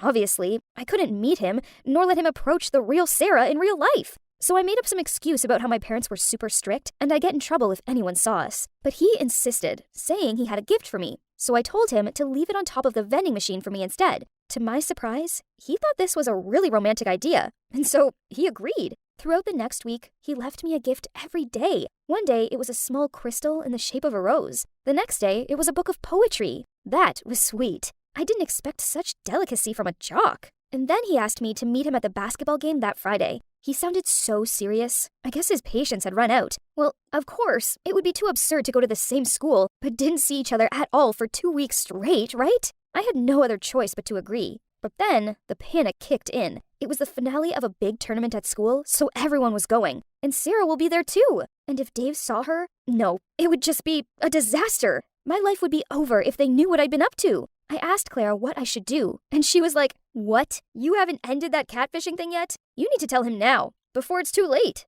She'd called me a catfish. I was so offended, so I just stormed off and said I'd make my own plan without her help. I knew exactly what I was going to do. When I got home, I raided my mom's medicine cabinet and found it. Her laxative syrup. I poured a little into a fruity drink I'd bought. Obviously, I'd followed the instructions and only poured a little. I didn't want to knock Sarah out. I just wanted to give her enough, so she'd miss the game. Little did I know how badly this was all going to unfold. When I got to school the next day, I made sure I was early and put it on Sarah's desk. I heard footsteps though, and almost jumped out of my skin. Luckily, it was just Clara. And when she asked me what I was up to, I just said I'd seen a boy dropping this off on Sarah's desk and had felt jealous, so I'd taken a look. Sarah later took it without hesitation, since receiving gifts from secret admirers wasn't new to her. Well, success. After PE later that day, Sarah drank it. But then, disaster struck. Her friends also wanted a sip, so she passed it around. And to my complete horror, Clara had a sip too. I wanted to jump in and stop them, but I couldn't. In the next class, everyone kept running to the bathroom. It was so awkward. Luckily, Clara only had one bathroom trip, and then she was fine. She thought she'd just eaten something bad. If only she knew the truth. Sarah must have drunk much more than the others, because she still looked pale after several trips. During break, I went over to her and asked if she was okay. Then I suggested she go home and rest, and even offered to help her walk to her car. At that point, I was actually more worried for her than for my plan. But, well, my plan did work anyway. Later that night, Dave texted me saying he couldn't find me at the basketball game. Well, me, meaning Sarah. I told him I wasn't feeling well, and so he said he'd send me a gift the next day to make me feel better. Well, that was the moment Clara came over and confronted me. She busted into my room saying, "I know what you did. Isn't that too much?" Then she said she'd seen the syrup in my backpack. I was stunned. But then I just told her that it was time those mean girls got a taste of their own medicine. But she was furious. She said, "You're ridiculous. Sarah isn't a mean girl. She's so sweet. She's even nice to you. Are you that blinded by jealousy that you'd sink this low to hurt her? You know what? You're the only mean girl around here." At that, she stormed off, leaving me standing there all alone. I froze there, dumbfounded. What just happened? What did I just hear? Was I the mean girl? That couldn't be true, right? Was Clara even my friend? How could she say that to me? She kept calling me catfish, then mean girl. This girl was really too much. But her words kept lingering in my mind. I thought about it.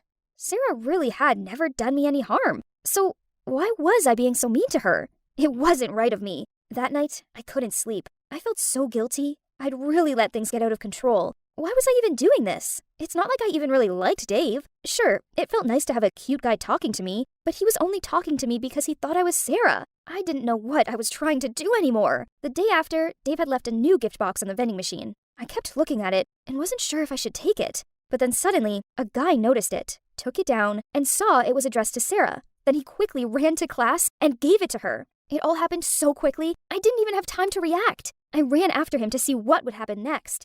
Sarah and her friends were all gathered around the box and kept saying, "Dave? Isn't he your crush? That Dave Miller? Wow, girl, congrats! But why did he leave a gift for you?" I could see Sarah was blushing, and that's when I realized she actually liked him. Oh my God, I'd messed everything up! She was so happy, which made me feel even worse. Clara was right. I was the mean girl, not Sarah.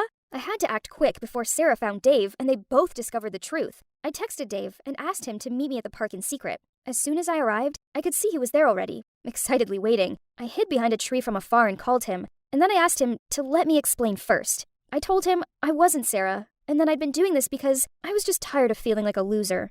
But I didn't expect I'd taken this all too far. "I'm so sorry," I said to him. He was so confused and kind of angry at first. But then, after a while, he said that back in middle school, he'd been a bit of a nobody, so he could understand where I was coming from, but he needed time to process it all. When he was about to hang up, I said, "Wait!" then ran towards him and said I was the girl on the phone, and that I had good news for him. That the real Sarah actually did like him too, and that all he needed to do was go and get her. He looked unsure and said, "You're not lying to me again, are you?" Then I said, "I swear, she's got the biggest crush on you. Please let me make up for this all. I'll help you." He looked so happy, and I felt better knowing I was helping this happy couple get together. They deserved each other. I even helped him choose out the next gift for Sarah. Yep, the actual Sarah this time. And ever since then, I kind of became his wingman. As for Clara, of course, I apologized to her and thanked her for being a good friend and for knocking some sense into me. And now, Sarah and Dave are officially a couple, and I even hang out with them sometimes. In fact, Dave's friend has been hitting on me, so let's see if anything happens there. Maybe I'll finally get a real boyfriend. Look at this gorgeous golden cruise. Isn't it perfect for my 16th birthday? Here comes the most exciting part of tonight. Gifts, of course. All the guests lined up eager to hand me their presents. Mr. Robinson bought me this eau de parfum in a dainty gold bottle. Yep, approved. What's next? Ooh, a pair of Jimmy Choos from the Mitchells? Gold, of course. Nice color, but the heels are far too low. What a bummer. I'll have to pass on this. That's right. Every single thing of mine needs to follow specific standards. Why, you ask? Well, my mom saw me as her beautiful angel deserving wonderful golden luxury since the day I was born with this silky blonde hair and sparkling amber eyes. So much that she immediately changed my nursery interior to gold, along with all my baby clothes and toys to match my features. Throughout my childhood, Mom continued to spoil me with life's wonderful golden luxuries. One time, I asked for a piano, then voila! A grand classical one made from pure gold appeared. Can you believe that? Another time, I said I wanted a pony. Then, without hesitation, she took me to a farm to meet Goldie, my new mare with the shiniest golden coat. Mom, thank you so much. Honey, gold is the symbol of power and divinity. You must always remember how special you are and never accept anything less than perfection. And those are the words I've been living up to. Back to my birthday party. It's time for birthday cake! But the flowers are pink. I want it all gold. Chef friends, please scrape them all out and replace them with gold ones. I couldn't believe my birthday was almost ruined because of that. Mom patted me on the shoulder to comfort me, while Dad just gave a disapproving look. It's just a cake, Lola. How are you going to fit in out there if you insist on being so picky? Maybe you should join a public school to open up your eyes a little. School? That's not a bad idea. Always being homeschooled meant I didn't have any friends. Even the guests today are all my parents' business partners. But Mom opposed the idea immediately as she didn't want me to go through any hardships. Don't worry, Mom. I'll choose a school that fits all my standards. Pretty please. And, of course, she couldn't say no. So, here I am, negotiating straight up with the principal. I suppose painting your locker gold and bringing a personal chef to school and such are doable, but I'm afraid we don't have a private piano room. Then build one. Also, we only have outdoor sports field and swimming pool. So, just install a roof? Don't expect me to play sports in the scorching heat. Miss, unlike your previous tutor, not all the teachers here have a doctorate degree, be bilingual, and in their early to mid-30s. In that case, no biggie. I'll just find another school then. No, wait. Give me time. As long as your family sponsors the school as promised, I will definitely make it happen. There you go. Finally, it's my first day of school. Immediately, all the students already swarmed around me in awe of my noble vibes and fashion sense. No surprises, as this school needs a serious makeover. But wait, that blonde girl looks pretty neat.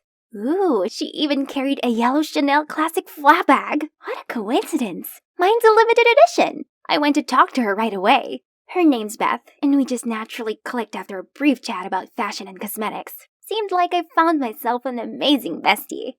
Every day after class, I took Beth on shopping sprees at Saks for bonding. I got her all the clothes and accessories in gold and yellow, just like mine.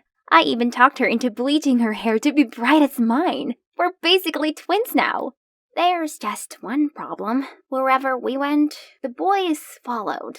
If you go out with me, I'll give you the latest Gucci collection. Sorry, I just bought the whole store. I can pick the stars for you if you want. Is that so? And what should I do with those useless rocks? My dad just bought me a Ferrari. I can take you anywhere. Good for you. Too bad my Rolls Royce is there. Bye. Why do they have to make such a scene? There's no way I'd fall for those idiots. I want my Prince Charming who meets all my golden standards.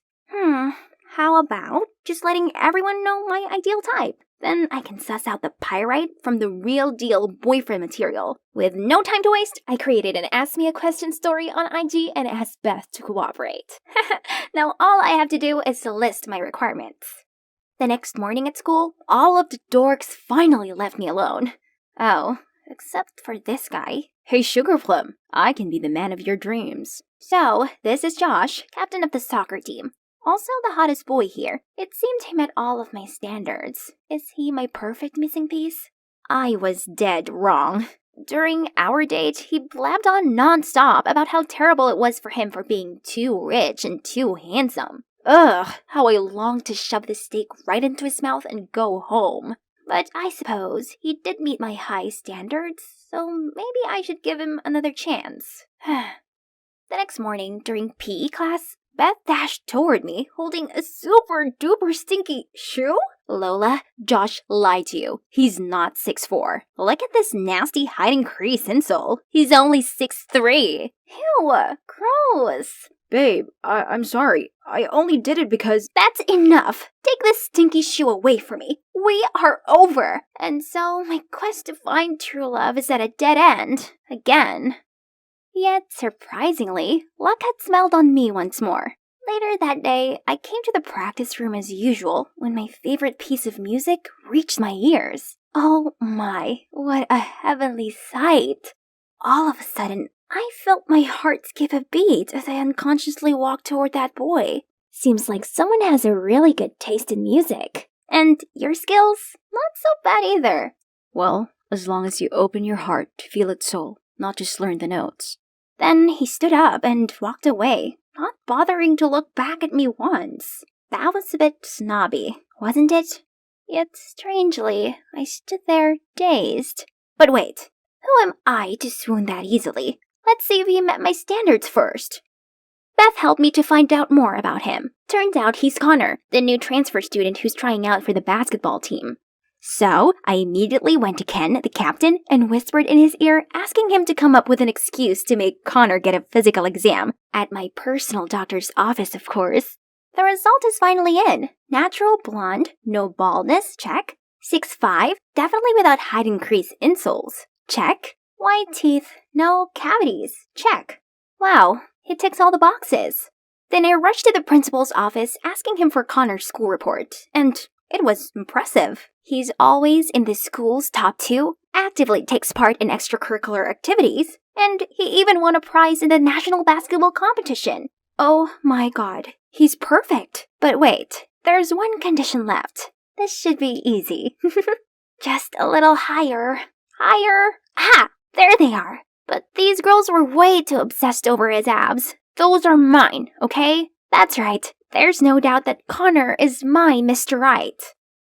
After that, I shyly handed him a bottle of golden-labeled mineral water and asked if he'd like to practice playing piano with me. My heart was thudding like crazy, but he just muttered, Sorry, but I already have a date. Then he went past me to Lily! What? That nerdy girl with 0 social skills? There's no way I can lose to her. I immediately told the principal to switch all my classes to Connor so I could easily approach him. My amazing advisor Beth also helped me devise a super detailed step-by-step strategy. Soon, Connor will get over boring Lily and fall head over heels for me. First step, scent attraction.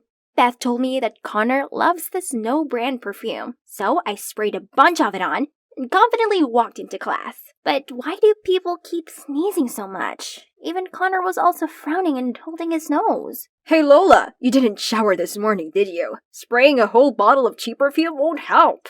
Then the whole class burst into laughter. Ugh, how humiliating. Okay, plan B. Beth suggested a grand confession. Great idea. So when school ended, the cheerleaders and I started a formation right in the middle of the entrance to ask Connor out. But before he could react, a girl suddenly lost her balance and dragged everyone down on top of me. Ouch! This time was sure to move him to tears. But when I was cheering for him, Connor somehow missed his shot and the ball flew straight at me, causing me to tumble face first into the armpit of this smelly guy. Yuck! Why did everything keep going wrong? Suddenly, I bumped into Josh. He grabbed my hand and started begging me to take him back. He said he tried all kinds of ways to grow taller and actually managed to reach 6'4" now, so I should stop pursuing Connor and become his princess instead. Jeez, I'm really not in the mood for this desperado. Let go of me!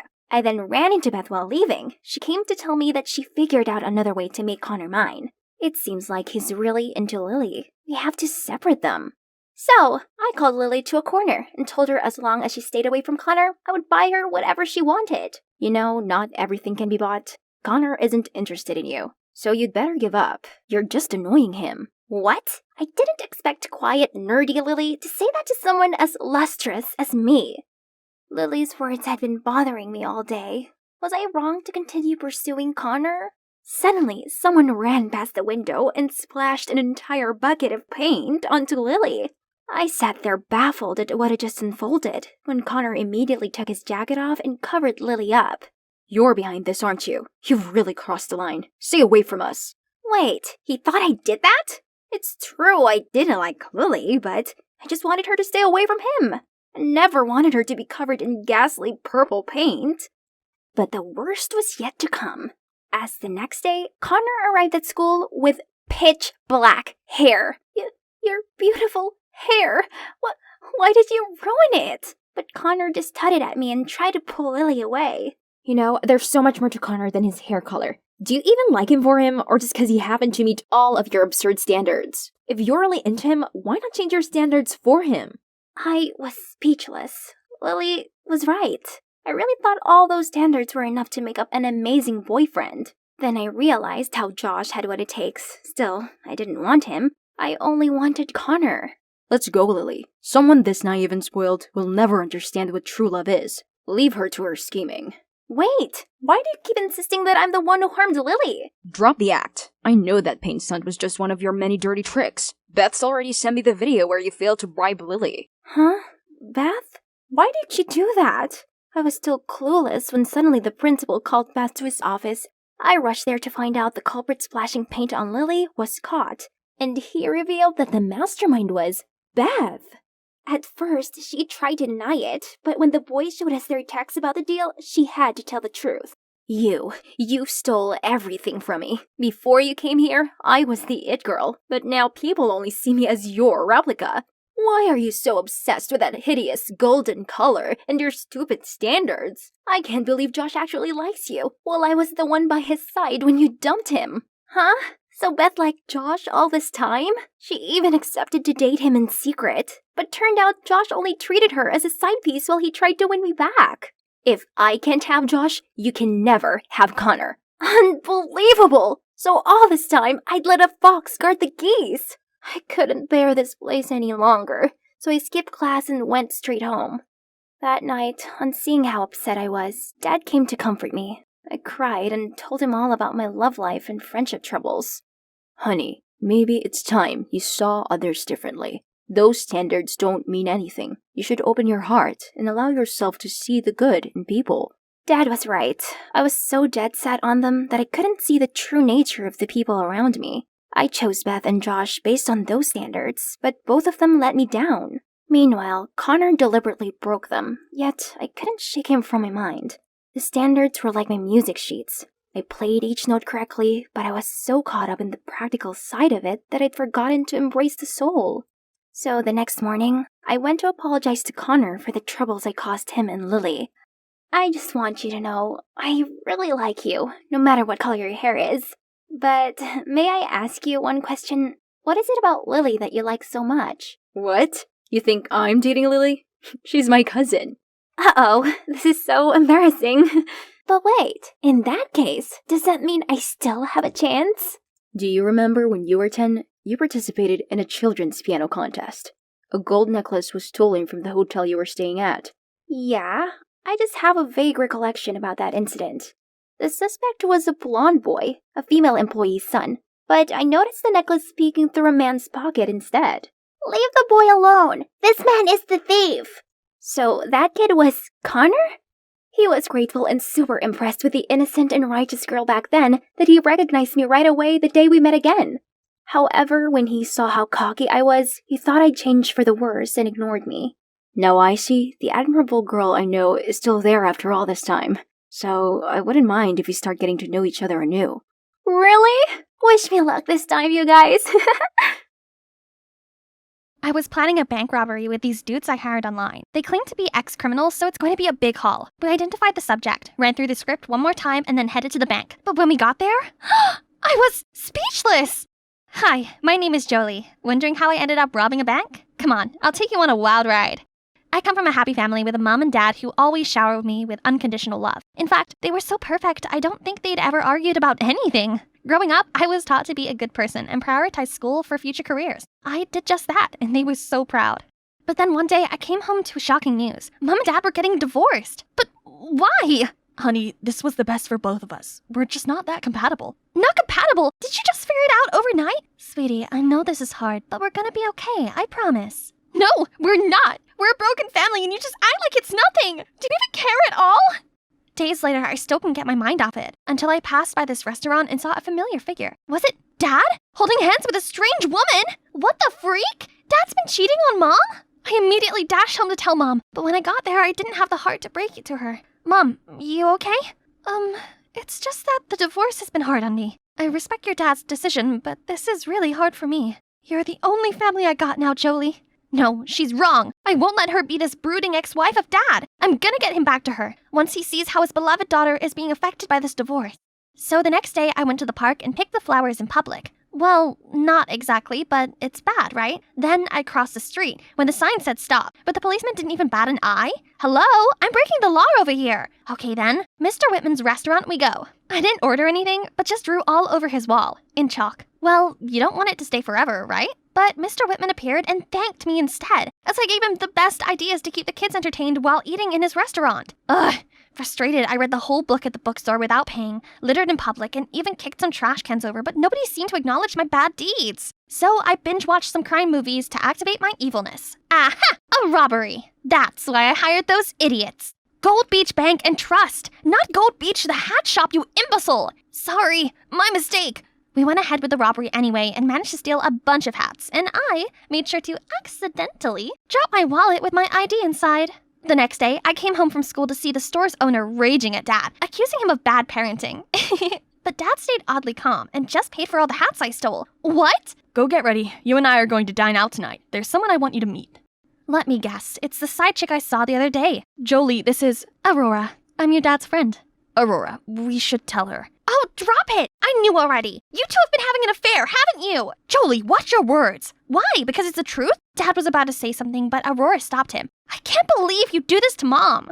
I ran out of there and hid in this alley, crying with an aching heart, when I spotted some guys looking sketchy. They had a suitcase full of money and kept looking around cautiously. Suddenly, I stepped on a squishy, and it made the loudest noise and got them all to turn towards my direction. I immediately ran away before they spotted me and bumped into someone. Who's that? Show yourself! The guy instantly understood the situation and hid me away. Just a cat, Lalo.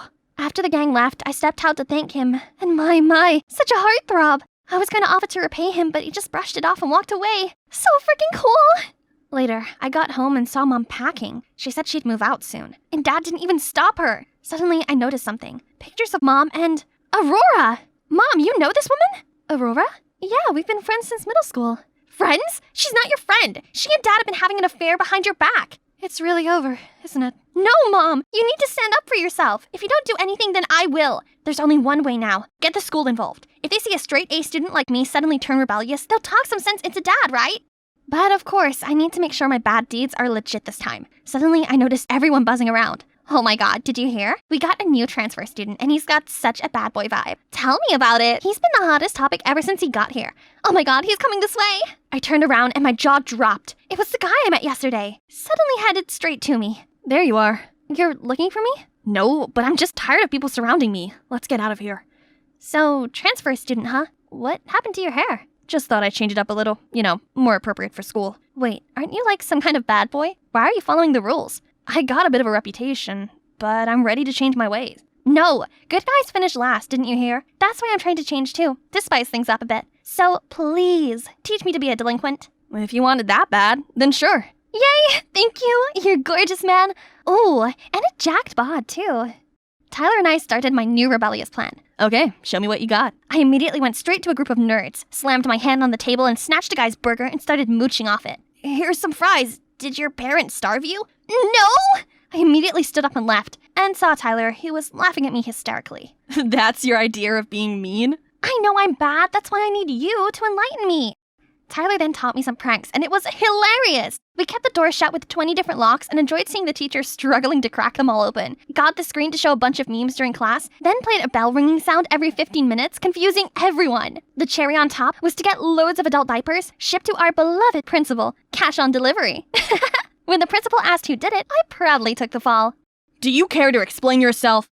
Principal, I'm feeling bad right now, but that's because my parents are getting divorced. I can't eat, can't sleep, my mind's a mess. All right, I get it. Jesus. I'll have a talk to your parents. You can leave now. Father dearest, let's see how you handled this. When I got out, Tyler was waiting for me. He drove me away, then stopped by this gorgeous lake. You didn't just rebel because you were bored, right? I sighed, then started pouring it all out that had been bottling up inside of me. Guess having a normal family is luxury to both of us. What do you mean? I actually grew up in an orphanage, but I wasn't happy there, so I ran away. I ended up on the streets and causing trouble. Luckily for me, my foster dad noticed and adopted me. I'm extremely grateful to this day, so I'm always looking to help him with the business. Your dad has a business? What does he do? Tyler didn't answer me. When we got back, Aurora was already there waiting for me. What are you doing here? Your dad went on a business trip and asked me to come over to look out for you for a few days. No, thank you. I can look out for myself. And who is this young man? Have we met before? Would you please stop poking your nose into my business? Can't believe Dad still went ahead with the divorce after meeting with the principal. And now I'm stuck here with this annoying woman. Just wouldn't let me leave the house and even ordered this rubbish dusk till dawn curfew on me. You're not going to see that guy. He's trouble. Please, you're not my mom. So I continued meeting up with Tyler. But strangely, whenever I suggested we hang out at his place, he always seemed hesitant. So one time I went to his house to surprise him, but upon seeing me, he looked so worried. What are you doing here? You're not supposed to come here. We have a guest today. I turned around and was transfixed to see the sketchy guy from the alley. Lalo, I'm Tyler's dad. You must be... Jolie. Oh, right, Jolie. Tyler told me lots about you. Come on in. Be my guest. But Tyler pulled me out of there. We stopped at a nearby park when he finally loosened up a little. That man was your foster dad? Yeah, I just couldn't tell you the truth. I'm afraid you wouldn't want me around anymore. That's not true. You don't get it. He's running an illicit business, and now he's asking me to take over. I know I'm deeply indebted to him, but I don't want to do anything illegal. Then don't. Just because he brings you up doesn't mean you have to do everything by his orders, especially breaking the laws, right? Tyler nodded, but still seemed troubled. That evening, Tyler was driving me back home when I suddenly saw a familiar face. I told him to drop me off there. Inside, Aurora was sitting side by side with a man, both looking all dressed up. Across the table was another person. What was she up to? I'm telling you, this pair of top-notch diamond rings is perfect for your wedding. Right. We only want the best for our wedding. Right, babe? Wedding? Those two? She's two-timing my dad. I quickly recorded their conversation and went home. Dad should be back tonight from his business trip. But when I told Dad everything, even with the recording, he still wouldn't believe me. What are you talking about? I was just out shopping all day with my friends. Told you so. Dad, you'll regret this deeply. And you, don't even think you could get away with this. I'll never accept you into this family. Tomorrow, the court will decide who I'm going to stay with. I know just what to do. I can't be in this house any longer. At the court, I stood up, to everyone's surprise, and spoke about how I got mistreated at home with Dad and Aurora, and asked to stay with my mom. The judge then asked Mom what she thought. I'm not so sure. Jolie should just stay with her dad. I was completely disappointed. Mom wouldn't even fight for me. When we got home, Dad immediately went bonkers on me while Aurora pulled off her nice act again. Right then, I got a text from Tyler asking to meet up, so I just stormed out of there. No, Jolie, wait up! When I arrived, Tyler looked surprised. Jolie, what are you doing here? Mijo, I used your phone to ask her to come here. Lalo then ordered his gang to tie me up. I was struggling to get away when someone rushed towards us. Lalo! Wait, Aurora? She knew this gangster? Release her now, or the police will get here any minute. Thanks for the intel, Miss DEA agent. We're about to leave. With your daughter, of course. Now, if you want to save her, fill in the place. DEA agent? As in, undercover cop? Fine, take me instead. Lalo's gang tied her up and pushed her into the van. That's right. Boys, take this brat too. We can't spare any witnesses on the scene. We had a deal, Lalo. Really? Didn't ring a bell. He ordered Tyler to drive away while the police siren was getting louder. Suddenly, Tyler took a turn. What are you doing? That is not the way. While they were distracted, Aurora slipped out the multi-tools in her pocket and started cutting the ropes around my hands. I did the same to her. Tyler then made a sudden stop. Lalo and the gang lost his balance and fell to the floor. The police immediately surrounded the van and captured these criminals. Jolie, you were right. You didn't get hurt anywhere, right? Yeah, thank you for saving me. And I'm sorry for acting so rude. It's just, I'm not ready to move on from the divorce yet. Sweetie, there's something really important I want to tell you. I'm your biological mother. What are you saying? Jean is my biological mother. No, sweetie. She's a friend of mine. I know this is all confusing, but just listen. 16 years ago, your dad and I had you. Right after giving birth, I had to move to Mexico to handle a serial diamond smuggling case caused by Lalo. And Jean offered to help out with you. I figured you deserve a normal, happy family, so I accepted her help and asked her to move to our house. Years later, thinking the case was finally closed, I moved back home ready to reunite with you and your dad. But I suddenly got the news Lalo's organization was still operating and had to move to the States. I couldn't risk putting you in danger, so I hid the truth from you. But what about the person who talked about the wedding with you? Oh, that's Alejandro, my partner. We were just pretending to be a couple for the investigation. Oh, I had no idea. You've done so much for me. Of course, you're my daughter. Thank you, Mom. Finally, everything became clear. But as we got to the house, Jean, suddenly came dragging me away. You're my daughter. No one gets to take you away from me. Just because you raised Jolie doesn't mean you get to do anything to her. If you truly love her, you would only want the best for her. Jean then broke down crying, revealing she had lost her reproductive ability. She was so happy she had me to take care of and treated me like her own daughter. Hey, don't worry. You'll forever be my mom. I gave Jean the biggest hugs. That's when I noticed Tyler was happy for me, but sad at the same time. I suddenly realized he didn't have a family anymore. I have an idea. Why don't you adopt Tyler into your home? Tyler and Jean looked at each other, and bright smiles appeared on their faces. Everything finally turned out to be okay. I've been trying to catch up with Mom and make up for all those lost years, but I also don't forget my second mom either. Tyler, or should I say my boyfriend, now lives with Jean, and he's driving me to visit her. I'm so happy I finally have a loving family and a baddie boyfriend. Only this time, we're not trying to break bad anymore. Hey, it's me again, Nancy. Only I'm currently pretending to be my long-lost identical twin, Gabby. After a chance meeting with her, she was now living my life in the countryside, and I was living hers in the city. One snag, I was crushing on her adoptive brother Jaden. But Gabby's best friend Katie also wanted me to set her up with him. What a bummer, huh? Katie insisted that I convince Jaden to tutor her on Saturday, the excuse being she had some super important physics exam.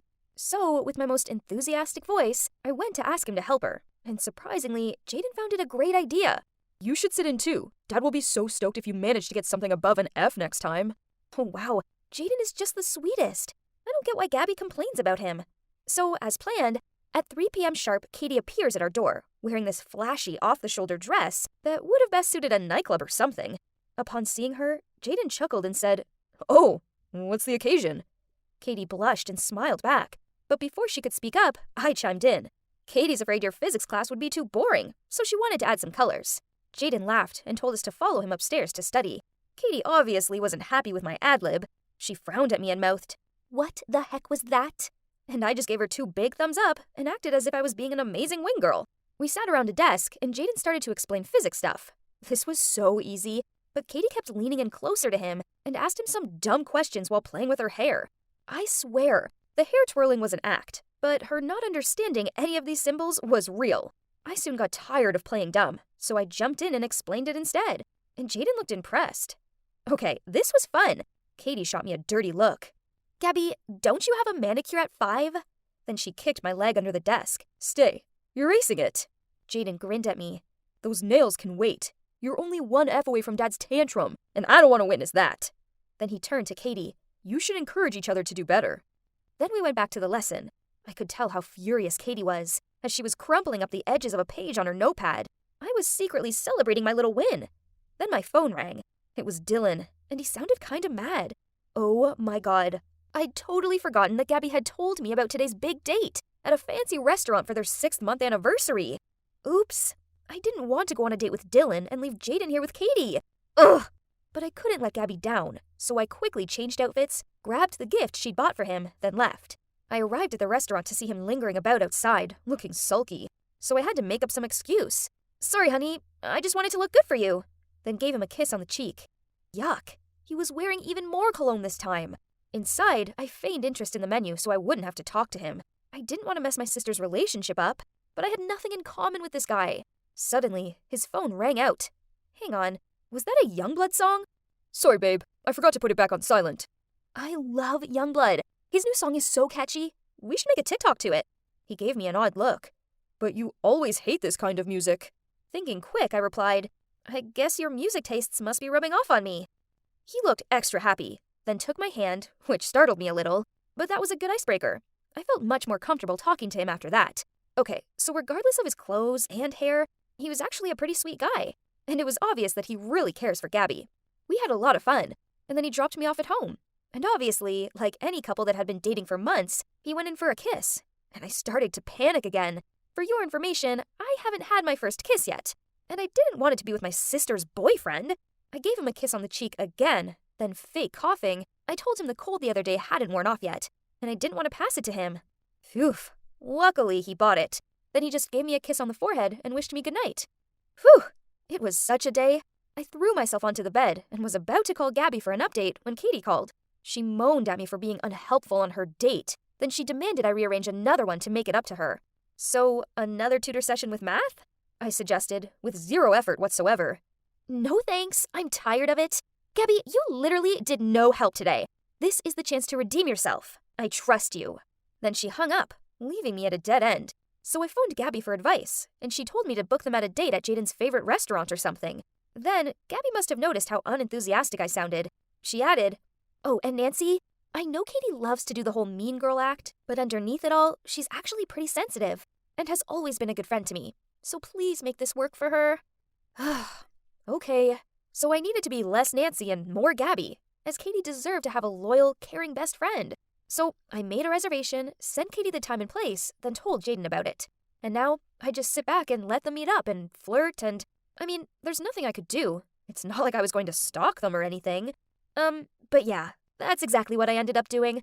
I didn't mean to, but the thought of them being together just driving me nuts. So there I was, strategically placing myself behind a pillar in the restaurant, trying to stalk them. Then all of a sudden, someone threw an apron at me. What are you doing? The place is packed and you decide to just stand here flirting with the pillar, or what? Get to work! I turned to see the waiter who had just talked to me rush off to take another order. Wait a minute, did he just think I was a waitress because my shirt looked similar to their uniform? If so, then let the fun begin. I quickly put on the apron, lowered my hat, and hovered around the kitchen window, trying to find Jaden and Katie's order. There it was. Now, let's add extra spice on Katie's ravioli. It didn't take long for their food to come out, and Katie started coughing like crazy, having a taste of her food. Ha! But joke on me, that only gave her a platform to act up and make Jaden take better care of her. He even held a forkful of his steak out to her, and I watched her lean in and eat it. Ugh! Later on, when the waiter walked away with their dessert order, I waited for a sec before running after him and said, Hey, table 17 just asked to change the chocolate cake to peanut butter cheesecake. They just told me. Then he just fixed the order without a doubt. Katie seemed to hate peanut butter so much. She made sure to let everybody know that every time we went to eat something. Well, Jaden loved PB&J, so by this way, he would see what an annoying picky eater she was. After that, I lingered at a corner, pretending to wipe tables to stay out of sight, while keeping an eye on them. And as expected, Katie jumped off her seat and started yelling at the waiter after taking a sniff of the cake. The waiter looked puzzled, then looked around, searching for something. Suddenly, he pointed at me. Hey, are you sure about the order? You were the one who told me that they switched the cakes. I froze as all the eyes were now on me. Gabby, I can't believe this! Why are you ruining this for me? Katie charged towards me. You know how bad my peanut allergy is. I could have ended up in the hospital. I don't know you anymore, Gabby. Then she stormed off. Oh my God, I really didn't know that. I didn't mean to hurt Katie that way. Jaden then quickly paid the bill, then grunted at me. We're going home. He didn't say a single word to me on the way home. He just went straight to his room and slammed the door. I stood outside of his room and kept on apologizing. He finally opened it and yelled at me. What's up with you? You've reached new levels of weird lately? I'm sorry, I didn't mean to. I thought you'd finally changed for the better. But, well, turns out you're still the same spoiled brat you always were. Just do whatever you want without a second thought. No, it's not like that. It was an accident. Oh, really? Then what is it like? It's like I have a crush on you, Jaden. I just can't bear seeing you with other girls. What? Are you crazy? This better not be some kind of prank, Gabby. You're my sister. No, I'm not. I'm not Gabby. I'm her twin, Nancy. And FYI, both Gabby and I aren't your biological sister either. Jaden looked at me, jaw dropped. Then I felt a hand on my shoulder. Gabby? What did you just say? It was Mum. She looked so perplexed, and tears were already welling up. We had an emergency family meeting, where I told them all about my chance meeting with Gabby, switching places, and how she believed she was adopted, as they favored Jaden over her. So now she's with our biological parents in the countryside. To say they looked shocked was an understatement. Then Mum took my hand and said, Sweetie, it's time you learned the truth. Then she told me how 12 years ago, during a family picnic, I wandered off and got lost. They tried searching for me, but to no result. But now, here I was. I'd found my way back to them. They also mentioned that it wasn't that they loved Jaden more. They were stricter with Gabby because she was rebellious when it came to her studies. It pains me to know she thinks we love her less. Dad sighed. Then Mum turned to me, cupped my face with her hands. Oh God, my poor Abby. I can't believe you're here with us now. Abby? So my real name was Abigail? I choked up. Things then got emotional. There was a lot of hugging and sobbing. It was an emo overload. So let's go pick up your sister, shall we? Dad patted on my shoulder and told everyone to get changed. Then we hit the road right away. It may have already been 10 p.m., but this couldn't wait. On the ride, I started to calm down and let the truth get to me as I took one good look at everyone. So these were my real parents? And that meant Jaden was my real brother too? Man, now that's embarrassing. I pulled out my phone to give Gabby a heads up that we were coming and didn't forget to add a, "You are so not going to believe what actually happened." I was expecting her to call me right back, but instead, she just replied with, "I bet you I will believe it." Huh? We arrived at my house, and my parents rushed out to me and hugged me tightly. It turns out, they figured out that Gabby was an imposter pretty quickly, but she's still enjoying this farming life so much that she decided to hang around a bit more before telling me. Sorry, Nancy, but it didn't take long for Mom and Dad to notice how her daughter suddenly doesn't know how to fry an egg anymore. Then everybody laughed. We all squeezed around the kitchen table and caught up on everything. Oh boy, it got emotional again. I think we all cried enough tears to fill a lake. It was so good to see my parents again. Even though they weren't my biological parents, they loved and cared for me, despite all the money struggles. Now that we're reunited, I've officially moved back in the city with Gabby, and we now go to school together. We still come out to the countryside every weekend and spend some quality time with my adoptive parents, who, turns out, Gabby loves just as much as I do. And thanks to my biological parents, they now have the bountiful ranch they always dreamed of. It all fell into place in the end, and I couldn't be happier. Except for the little awkward moments with Jaden. Thinking back about that, it was so dumb. Maybe I'll help Katie properly this time, as, to be honest, they'd make a pretty cute couple. But she better set me up with another cute guy in return.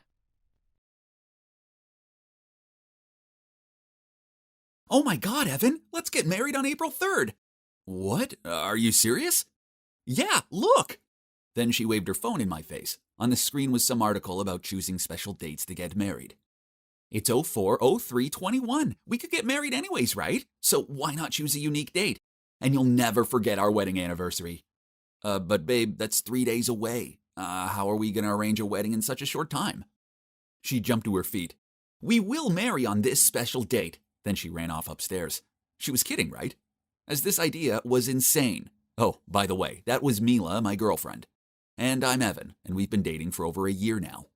I didn't give any more thought to her mad idea, but then later I saw her making all these calls to wedding locations and everything. And that's when I realized she wasn't kidding. Unsurprisingly, all the local wedding venues were fully booked for that date. So Mila came up with a crazy plan. We would drive to the wedding capital of the world, Vegas. My God, this was lunacy.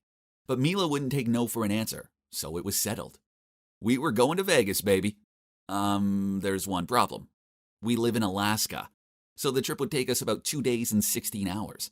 We called into work to take a few days off, and then we woke up super early and began our long journey to Vegas. I have to admit that I was kind of excited about our adventure, but little did we know how many ridiculous situations we would come across on our way. We started the journey at 5:30, and only a few hours in, Mila got peckish, so she started munching on our snack supply. Later on, I was craving potato chips too, so I asked her to feed me some. But to my horror, none of the snacks were left, and we hadn't even crossed city limits yet. That's not humanly possible. Then, when we reached the highway, she suddenly said she needed a pee. I stopped at the nearest service station, but she didn't go to the restroom. Instead, she turned to me and said, "Actually, since we're here now, why don't we go grab some lunch?" Excuse me? But it was 10 a.m. And didn't she just eat all our snacks? I knew it was pointless arguing with a hungry girl, so I just followed her. After that, we hit the road again. I was getting a bit bored, so I reached for my phone to turn on some Post Malone, but Mila stopped me and said that she had something far more interesting. The audio novel To All the Boys I've Ever Loved Before. Jesus. It was so boring that it almost sent me to sleep. So for the safety of our lives and the lives of other drivers, I decided to stop at a motel to get some sleep. Besides, I couldn't endure hearing any more of Laura Jean and this guy Peter. The next day after breakfast at a diner, we were walking to our car when Mila suddenly saw a pregnant woman loading stuff into her trunk. She immediately ran over to the lady, then told me to do the heavy loading while she just stood there and chatted to her. Suddenly, the lady touched her stomach and said that she wasn't feeling well. Oh my God, don't tell me that she was gonna... Oh boy, her water broke! Quick, we need to get her in your car and take her to the hospital! My car? What if the baby comes out? But Mila didn't listen and was already helping the lady get into the back seat. My God, I hope the baby didn't slip out too soon or else I'd have to burn my car. Let me drive. You sit in the back with her. Her husband isn't here, so she needs a man for emotional support. What? That sounded absurd, but there was no time to argue. The lady began to scream because of the pain. I tried to calm her down by telling her to breathe in and out, but she just shouted, "Shut up!" Then held my hand and squeezed it really hard. Oh my God, she was going to break my fingers like toothpicks. It hurt so much I began to scream with her. Thank God we got the lady to the hospital on time. Phew, I couldn't imagine what would happen to my hand and my car if the baby had arrived any sooner. So the journey continued. As we were driving through Fort Nelson, I saw a guy holding a sign asking for a ride to the nearest service station. Of course, I ignored the dude and wanted to drive past him, but my girl Mila over here just couldn't seem to brush that aside. She made me stop the car and warmly welcomed him into our car. Ugh, that was so annoying. While I was driving, I smelled something really awful. My God, it was so smelly that I couldn't breathe. It had to be this dude. I gave Mila an angry glare, but she just gave me a guilty smile back. Well, at least she had to suffer too. I had no choice but to open the windows on a highway. Mila clutched her head as she shouted, "Are you crazy? Close the windows! The wind is ruining my hair!" Oh my God, was her hair more important than her nose? Thank God, after 30 minutes we reached a service station and the guy got out of my car. I went to the restroom to freshen myself up, and when I came back, Mila was nowhere to be found. I was about to call her, but oh man, I left my phone in the car and she had the keys. After 45 minutes of searching, I gave up and went back to the car to find her sitting there, her arms folded as she glared at me. Where have you been? You do realize we have a tight schedule to keep." What? Was she serious? Then I suddenly heard someone coughing in the back. I turned around and to my horror saw a little boy sitting there. Why was there a kid in my car? Mila explained that his school bus had left without him and we needed to take him to his camping location. Not again, Mila. Why does she have to be that sweet little angel who couldn't help but have to help everybody? But my God, now there was not the time to be Charlie's Angels and rescue that little kid. I told her, and she immediately accused me of being heartless, cruel, and everything. Jesus. That's the third person I'd given a free ride to today. As I was driving to the camping location, the kid suddenly felt nauseous. I shouted at him to hold it as we were on the highway, and it was impossible to stop. But he started to make vomit sounds. Mila freaked out, so she grabbed something and let the kid throw up in there. After I found a place to stop, I turned around and saw that Mila threw all my stuff out and used my precious Nike duffel bag as a vomit bag. That's it. I'd had enough. So I shouted at the kid, "Get out of my car!" He got so scared that he ran out and started crying really loudly. That wasn't cool. He's just a scared little kid. How would you like it if your school bus left you behind? Okay, maybe I was a bit harsh on the kid. You can't blame me. It'd been a long couple of days, and that was my favorite bag, but still, I went outside to comfort the kid. Hey, please don't cry. I'm really sorry for earlier. I didn't mean to shout at you. I'm just really tired from all that driving. The kid stopped crying, but still looked very scared of me. So I said, hey, if you give me a smile, I promise to buy you some candy later. He immediately smiled and hugged me. Oh great, I was sure Mila didn't wipe his mouth clean after all that throwing up, as I got some vomit stains on my shirt. But hey, the hug kind of felt nice. We dropped the kid off and his teachers were very grateful. But because of everything we'd been through today, there was no way we could rest in a motel and make it on time to Vegas. So the only option was to drive through the night, so Mila took the wheel so I could catch some Z's.